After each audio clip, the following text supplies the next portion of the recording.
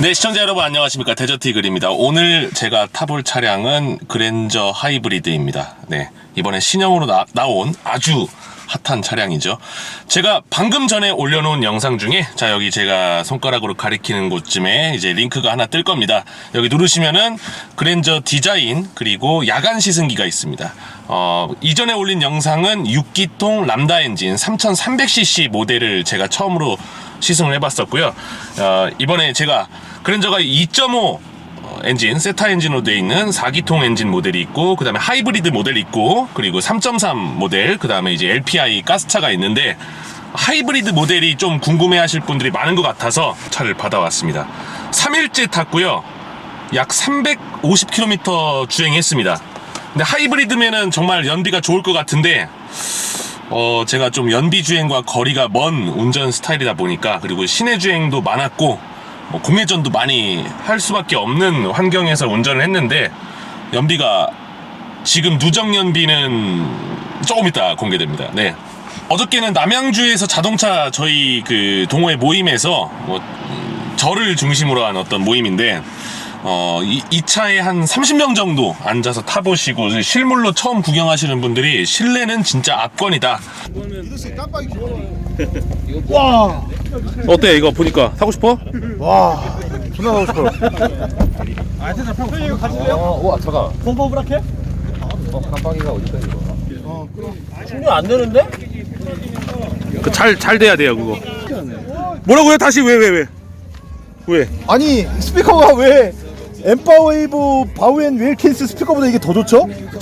진짜 장난 아니야. 귀가 잘못된 거 아니에요? 아니 그러니까 막귀 아니잖아요. 저 존나 좋은 기예요. 민감충이잖아요. 대민감충인데 와 이거 장난 아니네 진짜. 와, 아니 이거 봐봐. 와, 진공 클러스터 해놨어 이거를. 아니 소리가 왜 이래? 와, 소리 존나 좋아. 오디오 튜닝 안 하겠네. 이거 오디오 튜닝 할 필요가 없죠. 오디오 튜닝을 굳이 할 필요가 없을 정도예요. 아니 와, 아니 시트가 주체공 진짜 가죽이랑 똑같아. 시트가 너무 편하다. 아니 이거 대박인데. 제네시스급 8. 야, 이거 주체공 왜 사냐 이거? 이거 너무 좋은데? 근데 광고 찍어? 미쳤네. 아니 제가 되게 돼지라 앞에 뒤 많이 밀었거든요. 근데 이게 뭐야 이거?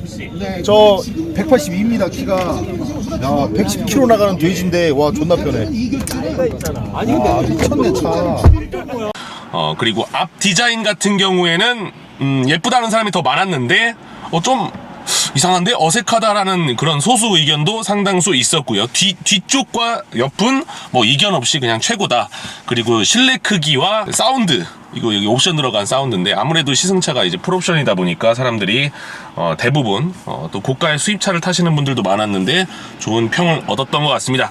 아무튼 실내나 인테리어나 전반적인 익스테리어나 그런 거는 이전 영상을 한번 보시면 될 것 같고, 이 영상은 순수하게 타보고 느낀 점과, 그리고 이제 내연기관과 전기 모터가 달려있는 이 짬뽕이 되어 있는 하이브리드 차량의 어떤 주행 감성과 품질과, 그리고 제가 데저트 이글이 좀 극단적으로 좀 딱딱하고 단단하고 스포츠 성향에 치우쳐진 서킷 세팅의 차량에 좀 그런 차량 위주로 타는데, 제가 좀 일반인 쪽에 이제 그쪽에 좀 많이 염두를 하고 멘트를 하면서 가보도록 하겠습니다. 네, 좋아요, 구독, 알람 설정. 자, 그러면 가보도록 하겠습니다.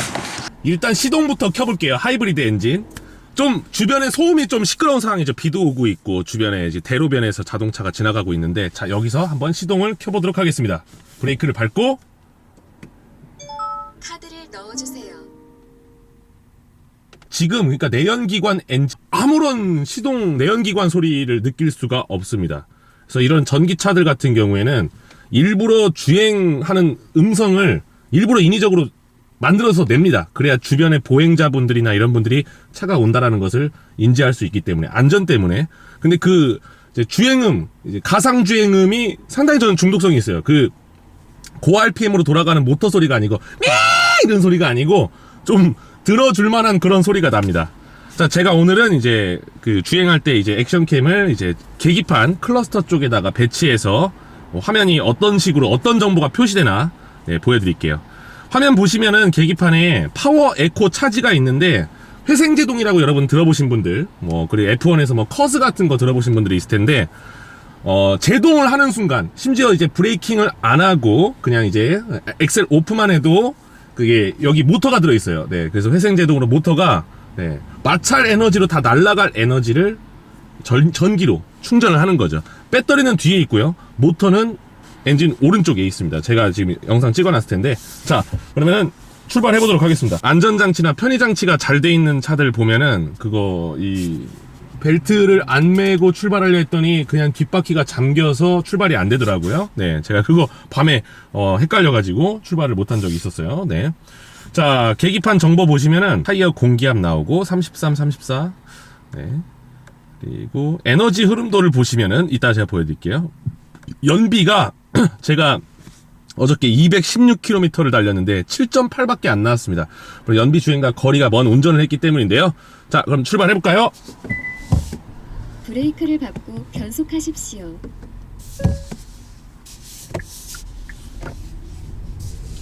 자, 깜빡이를 넣으면은, 방향지시등을 넣으면은 카메라가 나오죠. 이게 제가 이제 팰리세이드 때부터 처음 경험했는데, G90이나 이런 차들 타면서 처음 경험하시는 분들은 상당히 놀랍니다. 자, 지금 스탑앤고를 꺼놨지만, 오토홀더를 꺼놨는데, 자, 아무 소리도 안 나죠. 네. 실제로 모든 것들이 지금 작동이 꺼져 있으니까요. 네. 시트 포지션은 높은 편입니다. 네. 이런 차들이 그렇게 낮게 세팅을 안 하죠. 네. 자, 처음에 출발할 때 모터가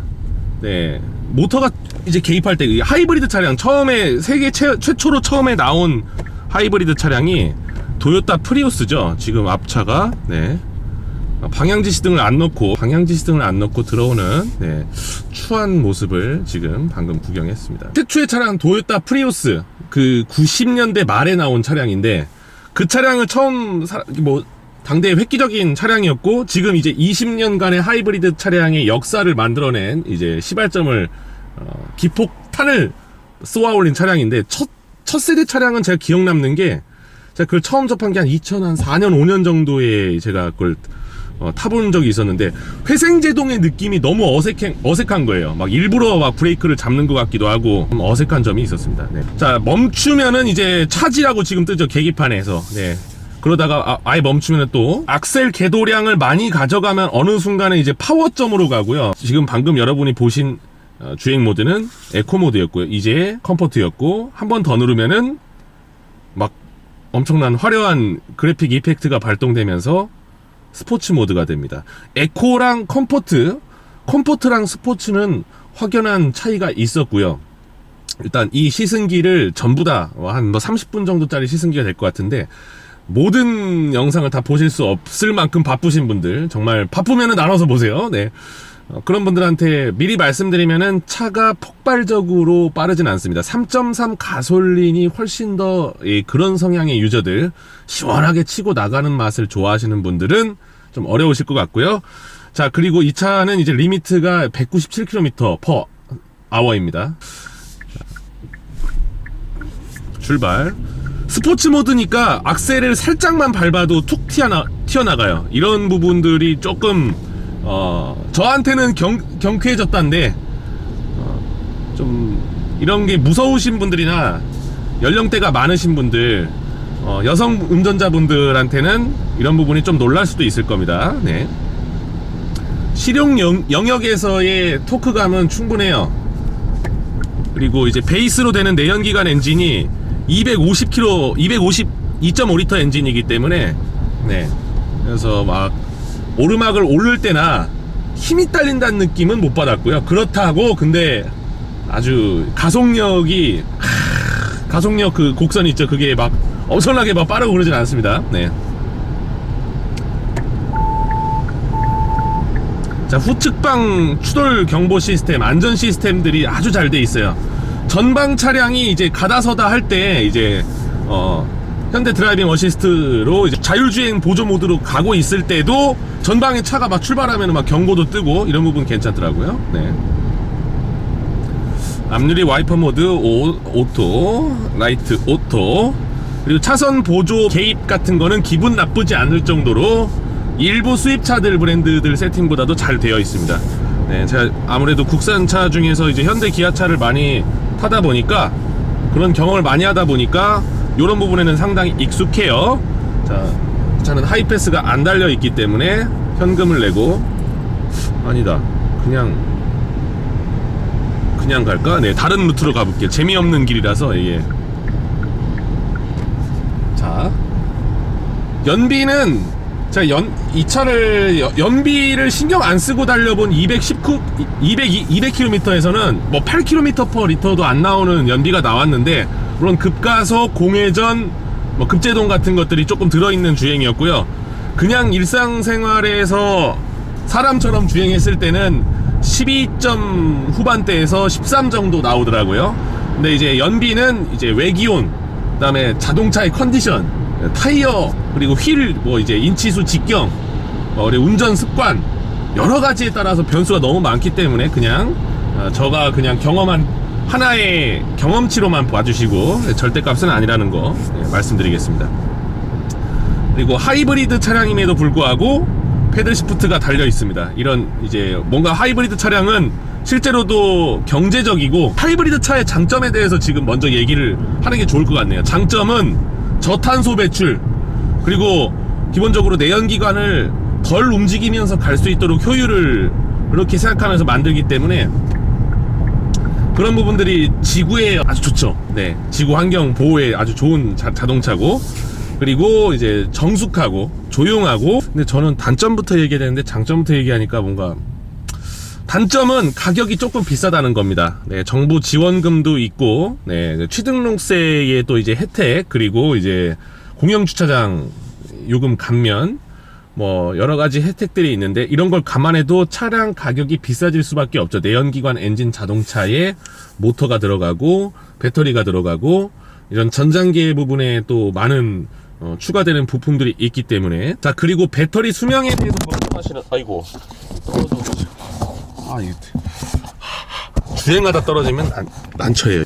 배터리 같은 경우에는 뭐 처음에는 뭐 니켈 NIMH, 그 다음에 리튬 이온, 그 다음에 요새는 뭐 리튬 폴리머, 이런 배터리들을 이제 많이 쓰이게 되는데, 이런 기술들은 각 기업들이 엄청난 실드를 치는 기밀로 보호해 놨고요. 과충전 방지라든지 제조 과정에서의 제조 원가, 이제 소재 들여올 때 그런 이제 수입처에 대한 안정적인 공급처, 정말 이제 배터리를 만들어 가지고 생산한다라는 거는 정말 제가 상상할 수 없을 정도의 많은 노력이 필요한 그런 쪽인데요.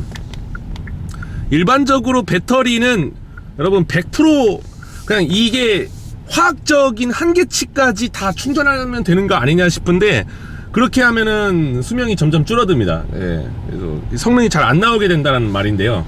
그렇기 때문에 보통은 이제 제조사들이 60-70% 정도, 뭐 80% 정도를 한계로 본다고 하더라고요.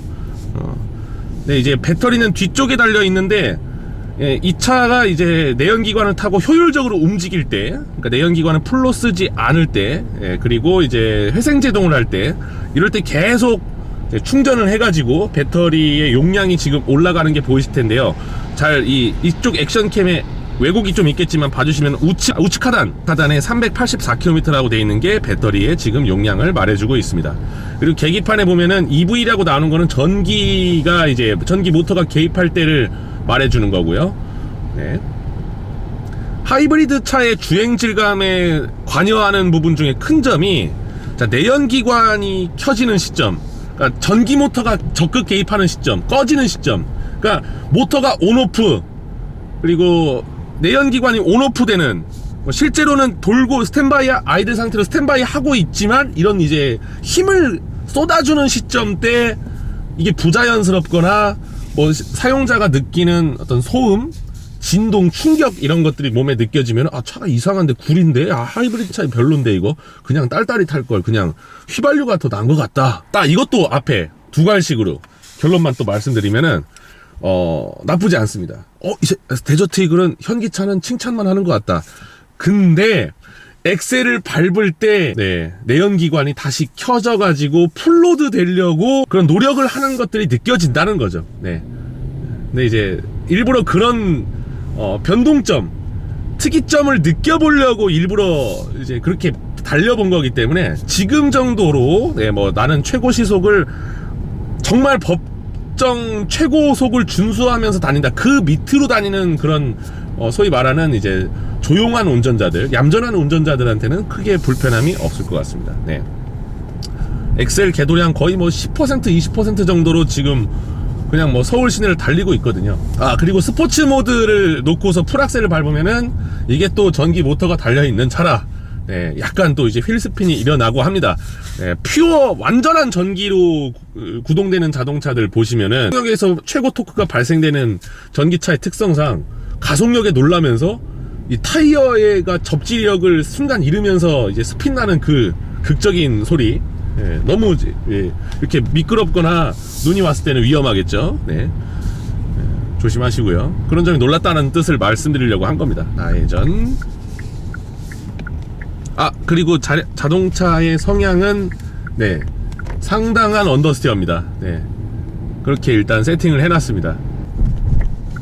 우회전. 스포츠 모드로 바꿔볼까요? 자, 보세요. 그러니까 악셀을 밟았어요. 한 박자 늦죠. 이런 부분이 답답할 수 있다는 거죠. 그러니까 이게 내연기관 차였으면은 풀 내연기관 차면은 이런 일이 발생되지 않는다는 거죠. 네. 이해되시나요? 다시 한번 보여드릴게요. 네. 이거는 드라이브 모드를 스포츠로 하던 컴포트 에코로 하던 똑같아요. 자, 여기서 일반적인 차량은 나 저기로 빨리 가속해야겠다. 자, 일단 낮은 속도에서는 최저속 구간에서는 악셀 밟자마자 리스폰스가 빠르게 반응했는데 이봐, 근데 이게 잘못됐다는 게 아니라 일부러 이렇게 해놓은 거예요. 이 차량을 구매하시는 분들의 평균적인 지향점과 좋아하시는 부분, 딱 필요한 부분만큼 만드는 거죠. 뭐 아시겠지만 현대가 뭐 기술력이 없어서가 아니라 그냥 이렇게 만드는 게 평균치 근사치에 가까우니까. 네, 니즈들의 합의. 네. 이제 모터가 돌면서 가고 있을 때 사용자가 이제 엑셀 많이 밟으면은 내연기관이 갑자기 이제 들어오면서, 근데 여기서 뭐 잔진동, 충격, 진동 이런 거는 기분 나쁜 그런 건 없었고요. 번호판 3자리짜리 차량들이 많이 보이네요. 앞에 또 셀토스 차량이 보이는데 저는 셀토스를 아직 타보질 못했습니다. 컴포트로 놓고 리뷰를 할까, 스포츠로 리뷰할까? 그래, 차이점만 살짝 얘기해주자. 자, 변속 시점, 그 다음에 엑셀 반응성, 그리고 엑셀을 입력했을 때 이제 가속되는 정도, 이런 것들이 차이가 있어요. 직접 하면서 보여드리는 게 낫겠죠? 자, 제가 풀악셀을 지금 밟아놓은 건데 빨리 안 가. 그러니까 좁은 골목길이나 이런 데서 운전 잘 하시는 분들도 저조차도 이런 게 편해요. 자, 그리고 지금 스티어링 타각을 할 때 이 스티어링 이제 돌아가는 조향, 이게 스포티한 차량보다 더 많이 돌려야 됩니다. 네, 그리고 이제 핸들에 유격도 살짝 있는 것이 느껴지고요. 그리고 전동 텔레스코픽이 있어서 시트 포지션 맞추기는 되게 쉽고, 방금 전에 지금 나오는 모습, 전방 차량이 출발했다고 나오죠. 자, 여기서 이게 차가 막히면 차 되게 막힌다, 짜증난다 이러실 텐데, 그 짜증을 조금 덜어주는 게 있습니다. 네, 현대 드라이빙 HDA. 자, 이제 차가 자동으로 갑니다. 네, 그럼 전방 차량의 거리와 속도를 자동으로 인식해서 내 차의 속도까지 다 통합적으로 ECU가, 전자 두뇌가 계산을 해서 지가 알아서 재가속하고 멈추고 따라가고 합니다. 네, 사용자는 발을 밟아가지고 재가속을 할 수도 있고, 그리고 여기 크루즈 컨트롤 할 때 목표 속도를 상향 하향 시키는 버튼이 있는데, 이걸로 그냥 까딱까딱 하면은 출발을 합니다. 지금 맥스 속도 30km로 설정해 놨고요. 그 다음에 이제 차량 엄지손가락으로 누르는 버튼인데, 핸들 열선 버튼 오른쪽에 있는 이 버튼, 이거 누르시면은 차간 거리를, 그러니까 자율주행 하고 있을 때 차간 거리 설정이죠. 지금 이제 한 개로 해놓으면은 가장 가까운 거리의 차까지 이제 붙여서 가게 되는 거고, 안전빵으로 4칸으로 해놓으면은 재가속이나 그다음에 앞차를 인식해서 감속하는 시점이 더 빨라지겠죠. 계기판은 왼쪽에 속도계가 있고 오른쪽에는 운전자 주의 수준 나오고요. 지금 에너지 흐름도를 보시면은 이걸 보면은 직관적으로 이해하기 쉬우시죠. 그러니까 배터리에서 바퀴로 지금 보내고 있는 거죠. 전기로 지금 차가 구동돼서 가고 있는 겁니다. 시내 연비는 8.5인데 여기서부터 한번 연비를 한번 초기화 해볼게요. 연비 초기화 했습니다. 누적 연비는 바꾸지 않겠습니다. 제가 이제 주행한 거리이기 때문에 여기에 한 100km 정도 더 운전은 더 했는데 아직 주행거리가 짧아서 연비가 지금 갱신이 안 되고 있습니다. 막히는 도로에서는 자율주행 정말 편해요. 세상 편해요. 사실 페달을 지금 밟지 않고 자동으로 가고 있는데 이렇게 뭐 급격한 코너링이 없이 지금 제가 탄 도로가 동부간선 도로인데 정말 악명 높은 도로죠. 낮에도 막히고 밤에도 막히고 뭐 밤이라고 하면 뭐 새벽 1시까지도 막히는 그런 길입니다. 이런 길에서 저는 이제 수동 변속기 차량인데 계속 클러치 밟으면서 제가 이제 다시 기어 단 넣고 이런 작업을 해줘야 되는데 솔직히 그런 거랑 비교하면은 말도 안 되게 편한 게 사실입니다. 지금 그리고 연비가 999km/L가 나오는데 연료, 휘발유를 전혀 소모하지 않았기 때문에 주행거리는 있는데 연료 소모가 없어서 999km/L로 나온 거죠. 참, 네, 이런 버그가 아닙니다. 네, 잘못된 오류 값이 아니라 실제로 그냥 뭐 거의 무한대에 수렴했다고 보시면 될 것 같습니다. 제가 연료를 가득 채웠을 때 주행 가는 거리가 900km가 넘게 나왔는데 작정하고 가면은 800km, 900km는 충분히 갈 수 있을 것 같아요. 네, 중장거리 여행을 떠나거나 이러면은 제가 연비 주행을 안 하고 네, 뭐 좀 테스트를 좀 하다 보니까 연비가 8도 안 나오게 되었는데 거의 뭐 1.6 터보 엔진 막 조졌을 때 그런 연비랑 뭐 별반 차이가 없는 것 같은데 지금 오늘은 좀 연비 주행 쪽으로 포커스를 맞추겠습니다. 네, 그냥 강제적으로 그냥 그런 주행을 할 수밖에 없는 교통 상황입니다. 지금 목적지가 없어요. 네, 목적지 없이 그냥 여러분들이랑 영상 찍기 위해서 지금 가고 있고요. 너무 지금 속도가 느린 것 같아서 최고 속도를 40km로 설정해 보겠습니다. 네. 이러니까 지금 연료를 살짝 소모하네요. 네, 제가속을 이제 가속을 하기 위해서 지금 엔진이 조금 돌았어요. 이럴 때 별로 안 느껴진다는 거죠. 전혀 의식을 못해요. 네. 지금 제가 히터를 틀면은 여기 실내 소음이 많이 이제 추가되거든요. 그렇다고 차가 시끄러운 차는 아닌데 그리고 구형 K7 같은 데서 뭐 180, 190km 넘어가면서 느껴지는 이상한 이런 쪽에서 나는 이제 A필러 쪽에서 발생되는 풍절음 이런 건 전혀 없어서 차 만들 때 저도 이제 자동차 주행 시험장이나 그런 데서 이제 테스트를 해볼 때가 있거든요. 요새 새만금에도 좋은 거 테스트장이 생겼더라고요. 그런 데서 이제 최고속 테스트를 해보는데 안 나요. 확실히 안 났어요. 지금 연비가 갱신됐는데 41km/L입니다. 그러니까 이런 정도의 주행이면은 연료 2리터로 1,500원이라고 치죠. 3,000원으로 80km를 갈 수 있습니다. 주행거리가 뭐 2만 km, 뭐 15,000km 1년에 그러신 분들은 이 하이브리드 차를 이제 차값을 뽑으시려면은 시간이 오래 걸려요. 근데 그래서 주행거리가 많고 시내 주행 많으신 분들한테 나쁘지 않은 선택일 것 같고요. 그러니까 3.3이랑 2.5 모델이랑 섞여 있는 이 가운데에 껴 있으면서 가격이 또 이제 비싼, 물론 이제 세제 혜택들 받으면은 다시 또 이제 가격이 보정되지만 이런 부분은 조금 고민을 하게 만드실 수가 있을 것 같아서 제가 하이브리드 차량을 달라고 한 겁니다. 전반적으로 그랜저 신형이 지금 핫하죠. 네, 사전 계약 대수 32,000대. 여기에 지금 이미 이제 사전 계약 끝나고서 이제 일반 계약자들도 엄청 많을 겁니다. 사전 계약보다는 항상 그 나중에 사는 사람들이 훨씬 더 많아요. 그런 걸 감안하면은 목표 판매량을 무난하게 채울 걸로 예상되는 길에서 흔하게 볼 수 있는 그런 인기 있는 차종이 될 텐데, 그 그랜저가 주는 익스테리어, 인테리어, 그리고 실내 편의성, 안전 편의성 이런 것들은 다 가지고 있되 하이브리드가 가지는 장점이 무엇인지 여러분들이 되게 궁금하실 것 같아서 주행하는 느낌을 정확하게 보실 수 있도록 제가 노력을 하고 있습니다. 달리는 길보다는 이렇게 막히는 현실적인 도로, 서울 경기권 사시는 분들 정말 익숙하실 만한 그런 환경의 도로에서 제가 이야기를 하면서 네, 가보도록 이제 할게요. 네. 자, 연비 50.9km예요.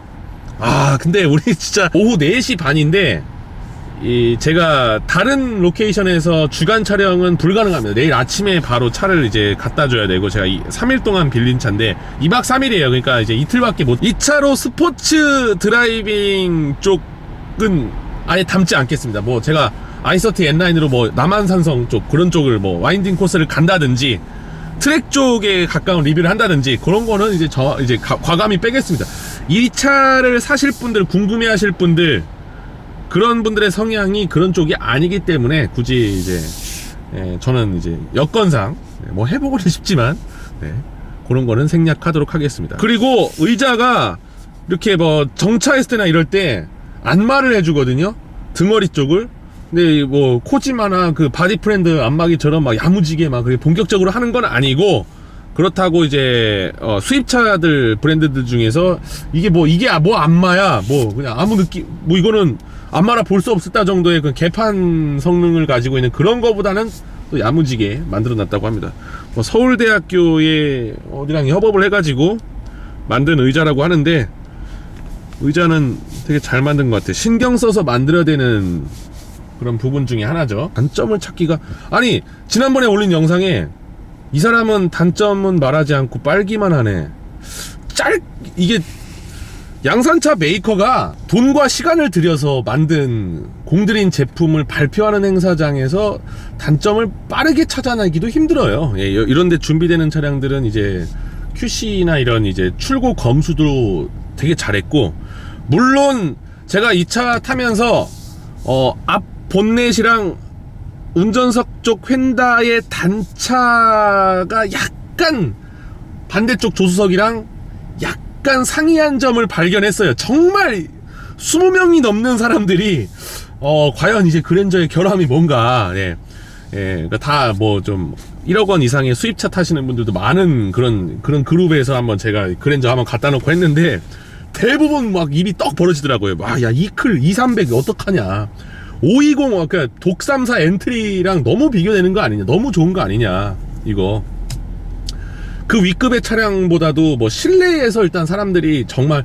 경탄을 하면서 감탄을 하는 모습들을 주작 없이 제가 한번 담은 거 있어요. 핸드폰으로 잠깐 찍은 거 있어요. 저 그랜저에 있는 단차 정도는요, 테슬라 같은 차에 비하면은, 제가 뭐 유명 유튜브 채널에 테슬라 출고하는 영상 이런 거 몇 개 봤는데, 전 보면서 되게 양품이 걸리셨는데 저거보다 더 심각한 거. 아니 차가 계약했는데 계약금도 안 돌려주고 인수 거부도 없대.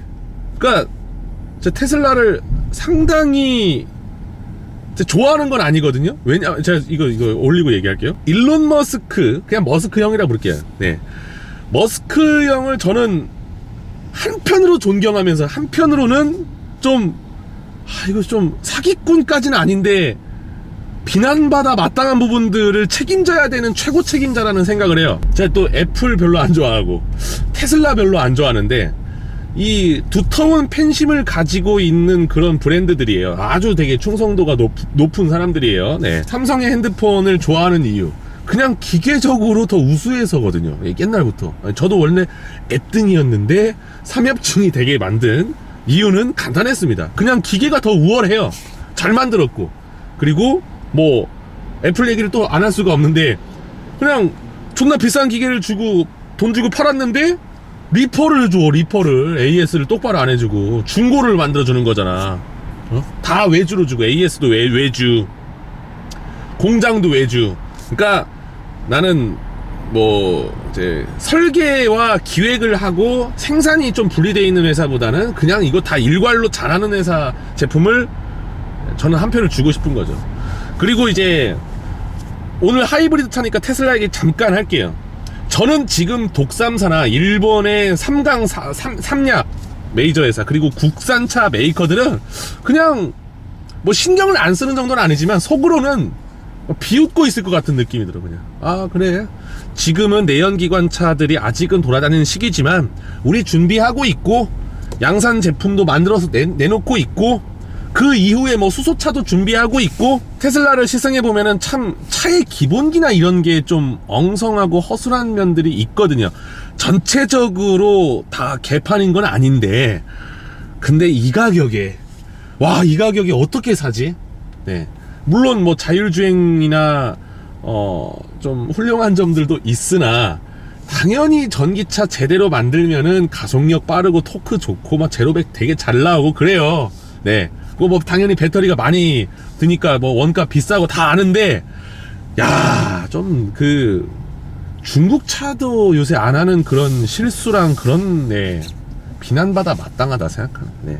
그러니까 머스크 형 얘기를 다시 할게요. 머스크 형은, 여러분, 내셔널 지오그래픽, 저는 그 영상은 처음에 보고, 우주선이 재사용하는 우주 로켓가, 아니 보통은 이제 우주 왕복선이나 뭐 로켓 같은 거, 아폴로를 실었던 세턴 로켓 같은 거 1단 추진체, 2단 추진체, 3단 추진체, 거의 맨 위에 있는 인공위성이나 그런 어떤 달 탐사선 같은 거 있죠. 사령선, 이제 착륙선, 이거 맨 위에 유닛만 빼고 다 버리는데 로켓을 재사용해. 다시 내려와가지고 역추진해가지고 그 지정한 장소에 착륙하더라고요. 그러니까 머스크는 그 스페이스 X 사업을 하기 위해서 테슬라를 한다. 전 이렇게 생각하는 거죠.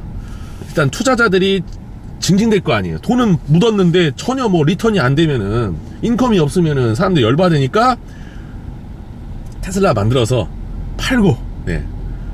그러니까 지금 일론 머스크의 어떤 전기나 이런 거 보면 대단한 사람인 건 맞아요. 엄청 대단한 사람이에요. 네.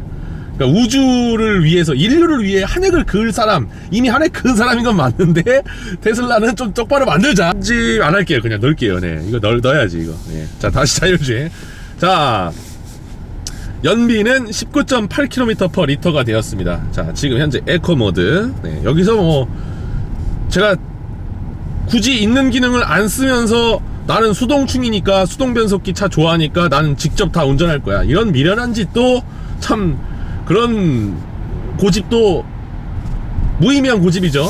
에코모드로, 네, 조작은 이제 최소한의 운전자가 기울여야 되는 주의만 하면서, 네, 가도록 하겠습니다. 35km 세팅해놓고, 아주 좋아요. 이거 이 판단력, 이 기민함, 이게 최초에 나왔었던 것보다 훨씬 더 업그레이드 되고 있는 게 분명합니다.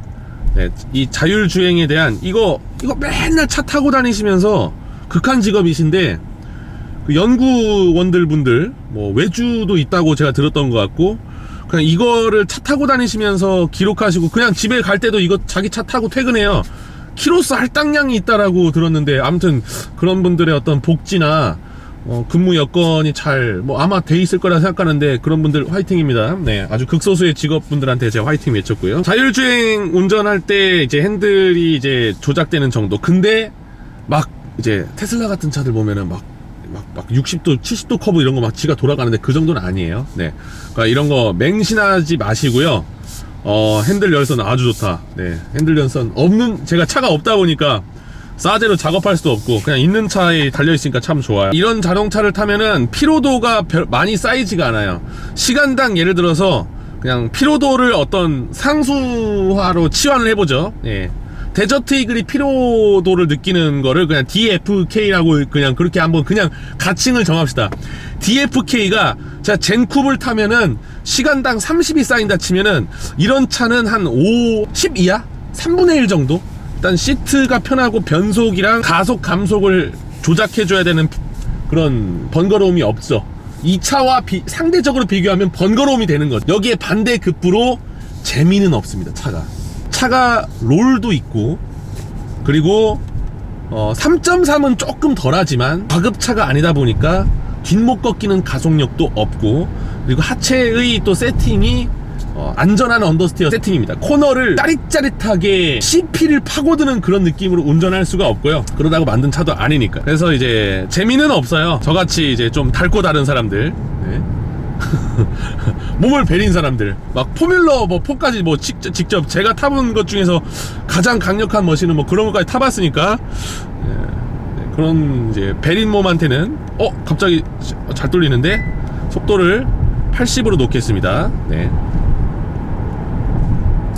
자, 그리고 여기 범프, 제 차로 다니면은 이 그 쇽이 워낙 이게 제네시스 쿠페 같은 경우에 스프링이 10K가 넘는 게 들어가 있고, 그리고 마즈다도 감쇄력을 아주 쪼여놓은 그나마 스트릿 세팅인데, 제 마즈다 MX-5가 절대 밟고 지나가지 않는 길.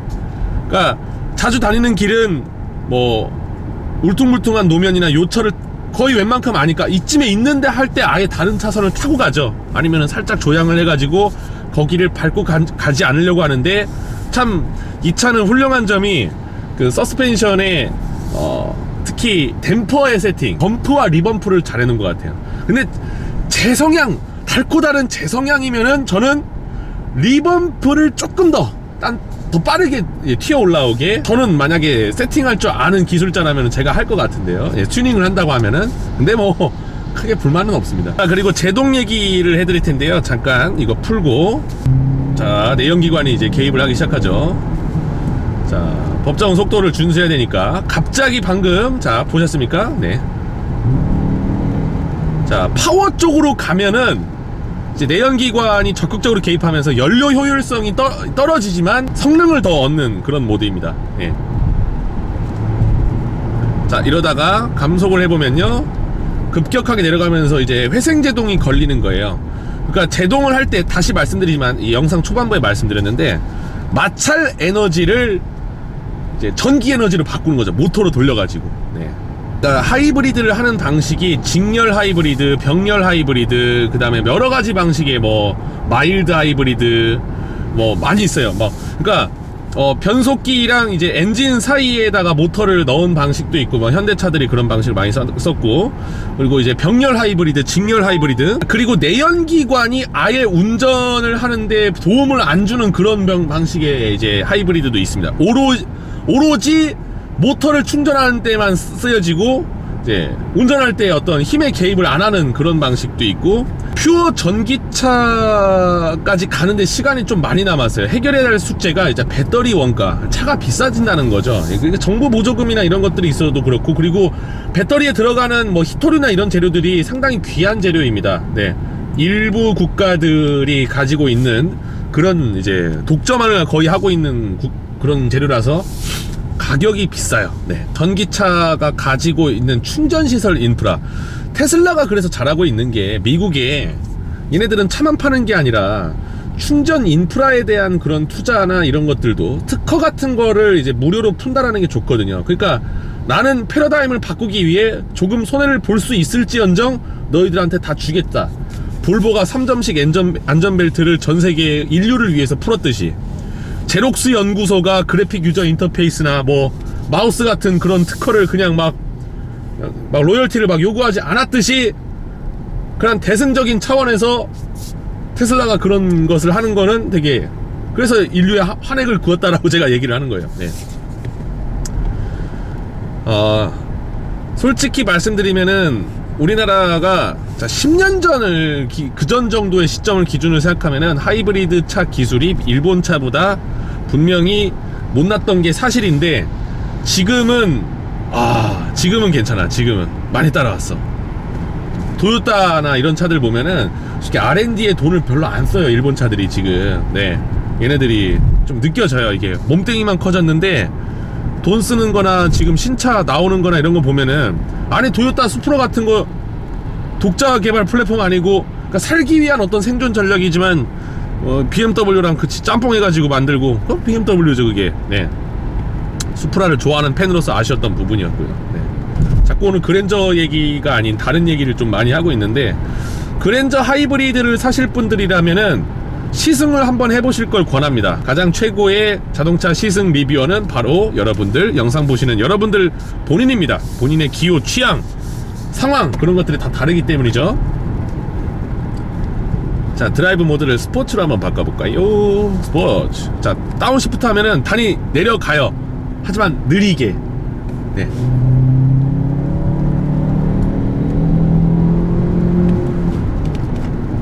그리고 회생제동이 개입을 하는데, 이거 잘못 만들어 놓으면은 아까도 얘기했던 도요타 그 프리우스 1세대처럼 회생제동이나 이런 거 좀, 이게 모터가 뭐 개입하는 시점 같은 거 좀 엉성하게 기분 나쁘게 세팅해 놓으면은 되게 기분 더러운데,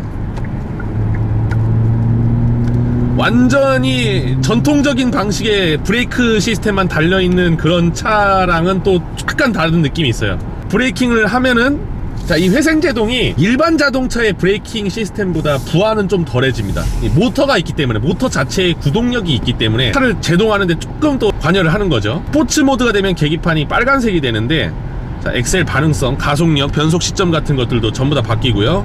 좀 시원시원하게 달릴 수가 있습니다. 자, 이 시원시원함이 도대체 어느 정도냐? 그냥 별론데 네가 그냥 차를 칭찬만 하려고 빠는 거냐? 아니에요. 이게 저는 이 정도면은, 근데 기분 나쁘지 않을 정도의 이물감이 있습니다. 자, RPM은 떴는데 차가 안 움직이죠. 네. 그리고 소리는 요란하게, 이게 또 자기적으로 만들어진 주행 감성을 좀 증진시켜주기 위해서 나눈 제네레이터에서 나는 소리 같은데, 이 소리만큼 차가 빨리 나가진 않아요. 앞으로 딱 토크감이 생겨가지고 변속기가 딱 반응하니까. 네, 근데 차는 그렇게 빠르지 않아요. 네. 네. 그래서 이 차는 굳이 경영 시뮬레이터 게임 하듯이, 네, 뭐 심시티 게임 하듯이 연비 기록 세우고, 그리고 장기적으로 운전하면서 차계보 쓰면서 트립 연비 같은 것들 이런 거 기록하면서 장거리 다닐 때 그런 거 좋아하시는 분들 되게 많거든요. 예. 그래서 나는 이제 돈을 얼마 아낀 것 같다. 유류비가 1년에 뭐 250만원, 300만원 밖에 안 나왔다. 뭐 요런 느낌으로 이것도 하나의 운전의 잔 재미라고 할 수 있거든요. 누구나 다 대부분의 남자들이 스포츠카나 슈퍼카 좋은 차 타고 싶지만 내 가족 때문에, 내 형편 때문에, 그리고 현실적인 문제 때문에 많이들 그런 차를 선택 못 하시죠. 어차피 일반적인 승용차들이 대부분의 판매량을 차지하고 등록되어 있는 자동차와 돌아다니는 차의 대부분이 이런 차입니다. 네, 세단, SUV, 컴포트한 차인데 여기서 살짝 맛볼 수 있게 양념만 친 차들이 대부분인데요. 네, 그러니까 나는 이 길로 가겠다. 하이브리드로. 난 지구 환경에도 기여하고, 네, 난 이렇게 좀 하이브리드 감성이 좋다, 이쪽 취향이다, 그러신 분들한테는 나쁘지 않은 선택일 것 같습니다. 자, 연비는 제가 12에서 13 정도 나온다 했는데 딱 그 정도 나오고 있죠. 막히는 도로를 통과해서 지금은 한 7, 80km, 한 100km 정도 밟을 수 있는 정도의 도로 트래픽 상황이 지금 나왔는데요. 여기서 연비가 또 조금씩 오르고 있네요. 네. 이런 데서 크루즈 모드를 또 키면은 연비는 더 좋아질 수밖에 없습니다. 차가 자동으로 또 이제 이건 내부 순환도로에서 내려온 차들이거든요.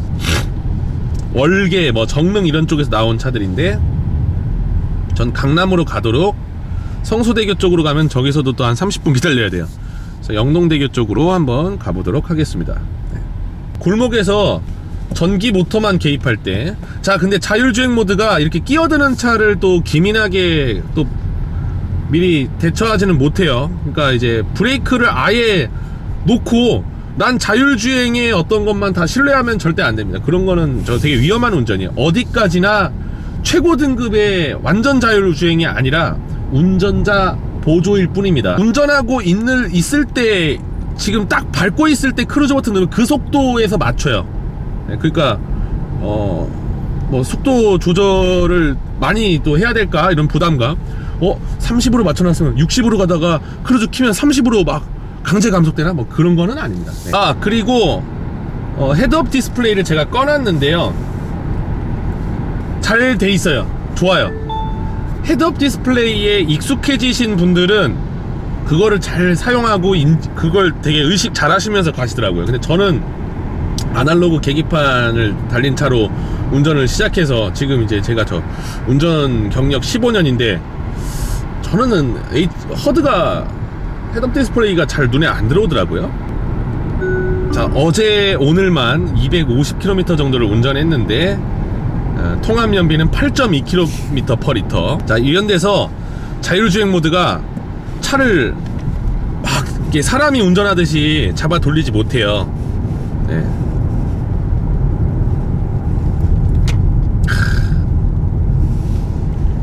그런 점 주의하셔야 되고, 그리고 스티어링 조향 이 느낌, 이것도 고급지고 좋습니다.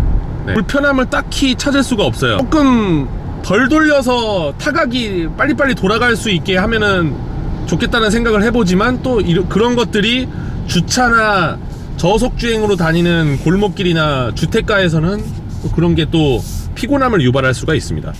전체적인 점수를 높게 줄 수밖에 없는 것 같은데요. 하이브리드의 장점을 누리실 수 있을 만한 자신의 처지인지, 하이브리드가 꼭 필요한 어떤 유저인지 본인이 꼭 자문자답해 보시기 바랍니다. 그런 유저가 아니라면은 뭔가 후회를 하실 수도 있다라는 생각이 듭니다. 네, 분명히 그냥 내연기관만 달려있는 차와는 좀 다릅니다, 하이브리드 차가. 그리고 제가 일본의 하이브리드 차량을 많이 타봤고, 제가 경험 못 해본 차량은 독일의 이제 그 고급 차들의 이제 그런 이제 전기 모터가 들어가 있는 그런 하이브리드 차량을 좀 못 타봤고, 일본 쪽 차량들은 많이 타봤는데 많이 따라왔어요. 거의 뭐 동일선상에 왔다고 그러니까 준중형, 소형, 중형, 이거는 저는 5m에 육박하는 전장을 가졌기 때문에 대형 세단이라고 저는 정의를 하거든요.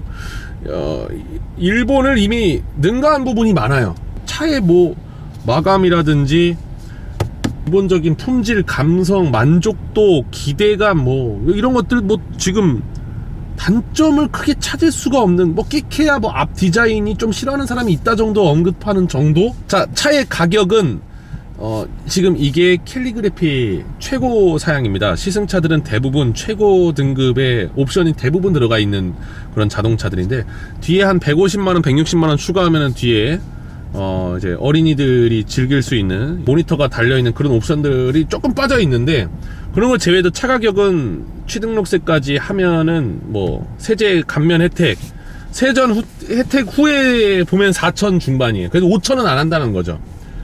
저는 한 가지 의문점이 있습니다. 그랜저를 이렇게 좋게 만들면은 제네시스는 도대체 얼마나 좋다는 건가? 신형 제네시스 지금 위장막 쓰고 돌아다니고 있고, GV80은 첫 출시를 지금 앞두고 있는 상황이고, 참 그런 점이 되게 궁금하고요. 현대의 고민은 이걸 겁니다. 그랜저를 더 비싸게 못 받아요. 심리적 저지선이라는 게 있죠. 이제 그랜저는 과거 86년 7월에 나왔던 갓그랜저, 성공 오브 성공한 자 중에서도 성공한 사람만 탈 수 있었던 그런 갓그랜저 6기통, 그런 것들. 거기서 지금 차급은 많이 내려왔죠. 제네시스가 위급으로 이제 기암 자리를 내줬고, 현대의 기암이긴 한데 일반인들이 살 수 있는 심리적 저지선이라는 게 있습니다. 5천만 원입니다, 그게. 그리고 스타트는 3천 중반대에 시작해서 옵션을 판매해서 4천 초중반 정도. 근데 또 이제 양극화가 심해요. 3.3 구매하시는 분들은 대부분 거의 풀옵션 쪽으로 가더라고요. 과반은 안 되는데 30-40% 정도가. 젊은 세대가 또 그랜저를 또 많이 접근하기 시작했는데, 요새 또 플렉스란 말도 있고, 뭐 저도 그런 세대에 해당됩니다. 고도 성장기 때보다 사실 똑같은 노력을 해도 취업하기 어렵고, 그냥 똑같은 뭐 학력으로 나와가지고 참 살기 퍽퍽해진 시대에 왔어요. 예. 그래서 뭐 저도 그렇죠. 저의 뭐 선배 세대들이나 이런 분들이 정말 부동산 같은 거를 이제 취득해가지고 그 차익으로 이제 갑자기 돈 버는 거, 그런 거 많이 봤거든요. 그러니까 그런 거 아니면 답이 없다. 아, 나 그런 거 할 여유가 없네. 아, 나 집도 뭐 없고, 뭐 대출 갚고, 아, 몰라, 씨발 차나 사가지고 그냥 놀자. 네. 요새 20대들이 명품 소비가 그렇게 증가했다지 않습니까? 그러니까 아우터 같은 거나 이런 거는 비싸니까, 명품들이. 근데 이제 스니커즈 같은 거는 뭐 100만원 뭐 정도면 살 수가 있거든요. 그러니까 막 신발들, 뭐 학생들도 막 그런 거 신고 다니더라고요. 그런 게 막 이게 막 말세다 막 이런 말을 하려는 그런 꼰대적인 그런 생각을 가지진 않았고, 충분히 10분 이해되고, 그래서 자동차 소비도 지금 그런 쪽으로 지금 많이 왔다라는 거를 제가 얘기를 하고 싶은 거예요. 네. 야, 어르신들이 야, 돈 모아가지고 적금 들어가지고 일단 집살 미천 정도는 마련해가지고 한 집값 반은 마련해야지 뭐 차부터 사냐. 근데 또 젊은이들은 젊은이들대로 항변할 수가 있는 게 있는 거지. 네. 자기 부모님들보다 더 뭐 부모님의 희생과 노력 때문에 그 자식 세대들이 더 고등 교육을 받았겠지만, 이게 우리 지금 세대 애들이 다 똑똑하고 선진 문물 받아들여가지고 다들 되게 열심히 살려고 하는데, 세상이 또 경제 성장률은 멈춘 건 다름없죠. 솔직히 뭐 이런 서울 안에 집 살려고 하면은 부모님의 지원 아니면은 산술적으로 불가능해요. 뭐 연예인이나 뭐 사업으로 막 대박이 나가지고 정말 또래보다 몇십 배의 부를 축적한 게 아니면은 부모나 선대의 도움이 없으면은 거의 불가능하거든요. 예. 그러니까 그냥 5천만 원짜리 한 1억짜리 뭐 차 그냥 조금 묻고 할부로 가자. 용기 내자. 그러니까 제 채널에 나온 친구들이나 뭐 제가 다 하고 다니는 말들이나 그런 어록들이나 이런 것들이 지금의 시대상을 어느 정도 반영하고 있다라는 겁니다. 뭐 제가 뭐 정말 특이한 케이스가 아니고 되게 많아요, 이런 것들이. 그래서 장가 안 가고 애 안 낳고, 애기 낳고 싶죠, 나의 유전자를. 오늘 또 보니까 이제 그랜저 하이브리드 시승기에서 그랜저 만담이 되는데 이런 것도 괜찮은 것 같아요. 제 생각과 이런 걸 얘기하는, 네, 천태만상을 다 얘기하면서 그랜저와 이제 30대, 그랜저와 40대. 네. 근데 지금 좀 젊은이들 쪽으로 많이 이야기했는데, 분명히 근데 저연령대의 우리 젊은이들도 어르신들을 저 세대 단절된 꼰대들 새끼들 막 그냥 뭐 세뇌돼 있는 막 그런 막 불통의 어떤 그런 걸로 받아들이시면 안 됩니다. 그분들의 어떤 경험과 삶의 연륜이라는 걸 무시하면 안 되거든요. 나이 드신 분들이 왜 자동차 보험료가 싸겠습니까? 네. 뭐 겪을 거 다 산전수전 다 겪어봤고, 하면 안 되는 거, 하면 위험한 거, 그런 걸 다 알았기 때문이죠. 자기가 겪어봤든 아니면은 뭐 옆에 다른 사람들의 어떤 경험을 보면서, 네, 그런 것을 뭐 타산지적 삼아가지고 경험치란 게 있거든. 그러니까 그런 걸 다 존중할 줄 알아야 되고, 어르신분들 막, 저도 옛날에 선입견이 있어가지고 핸드폰 같은 거, 막 피처폰 같은 거 이상의 핸드폰을 과연 쓸 수 있을까? 아니야. 근데 다 쓰셔. 다 유튜브 댓글 보고, 막 저희 어머니도 보면은 상기라 너는 유튜브 노란 딱지 안 붙니 막 이런 거 물어보시고, 다들 어머니가 이렇게 환갑이 넘으셨는데 어떻게 아실까 생각하는데 다들 아셔요. 다 인간은 적응의 동물이고 만물의 영장입니다. 네. 그래서 또 요거는 또 결론을 또 내야죠. 두리뭉실하게 그냥 이제 발제만 하고서 결론을 얘기하면 안 하면 안 되죠. 네. 세대 간의 융화와 사이좋게 지내자. 서로를 이해하고, 어르신들은 젊은이들이 요새 새끼들 노력도 안 하고 그냥 우리 때는 임마 그냥 이빨로 다 그냥 다 씹어 다 풀뿌리 막 캐 먹으면서 먹을 거 없을 때 그냥 막 이렇게 하지 마시고, 젊은이들도 막 그냥 냄새 난다 꼰대들 막 그냥 막 닥쳐라 막 이러지 마시고, 네, 서로를 이해하고 같은 시대를 서로를 이해하고 존중했으면 좋겠습니다. 이게 나의 결론. 단점 중에, 자, 무선 충전을, 이게 핸드폰을 대충 넣으면은 좀 안 켜질 때가 있더라고요. 그냥 좀 주의 깊게 넣어가지고, 이 핸드폰을 그냥 눕혀놓는 방식보다는 이렇게 좀 공간 활용성을 고려한, 그리고 문을 여닫을 수 있게 만든 이런 점들 훌륭한데, 안마 된다, 안마. 이게 안마가 발동되는 조건이 분명히 있는 것 같아요. 운전, 이런 거는 자동차 사용 설명서에 써 있을 거예요, 아마. 의자가 이렇게 되고 있어요, 이렇게. 이거보다 빠르진 않은데, 천천히, 이렇게 천천히. 네.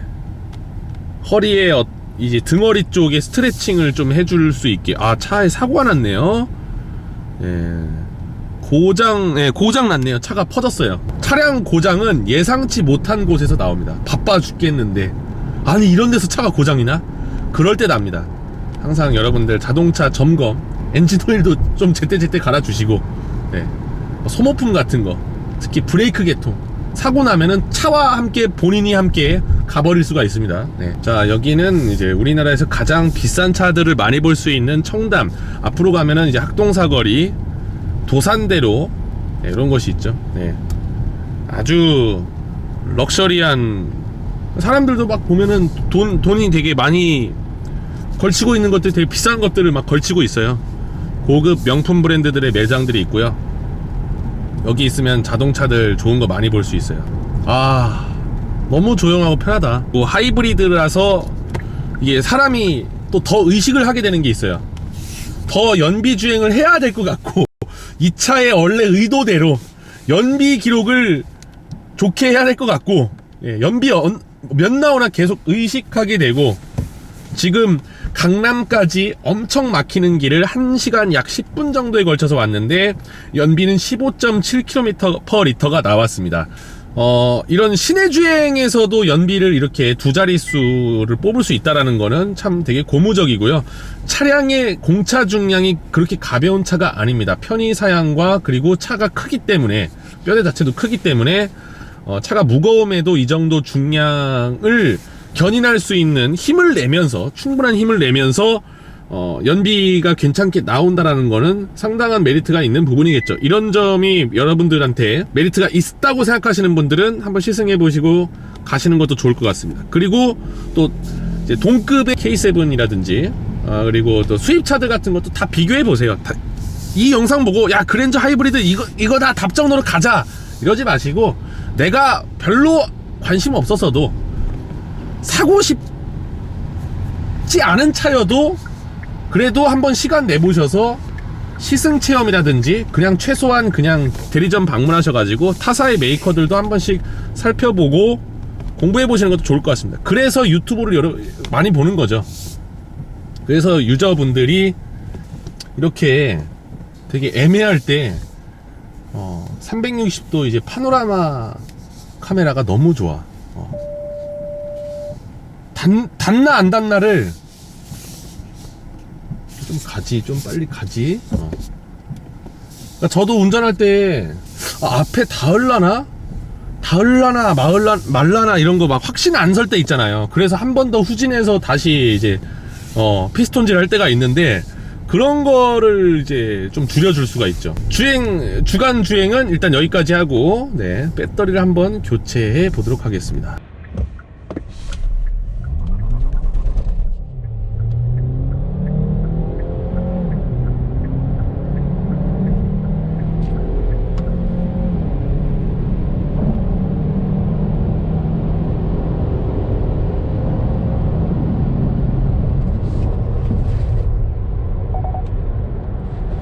자, 환경 설정을 한번 들어가 보겠습니다. 사용자 프로필, 사운드부터 볼까요? QLS, 퀀텀 로직 서라운드, 음원을 추출해서 다양한 사운드 스테이지를 재구성합니다. 이거 켜놨고요. 오디오 EQ 설정입니다. 네. 디폴트 값은 전부 다 0이고요. 안내음, 시스템 음량, 라디오 노이즈 조절, 음성 인식, 안내음을 간결하게도 할 수 있고 없앨 수도 있고요. 기기 연결은 안드로이드 오토, 애플 카플레이 둘 다 지원하고요. 블루투스는 기본적으로 되고요.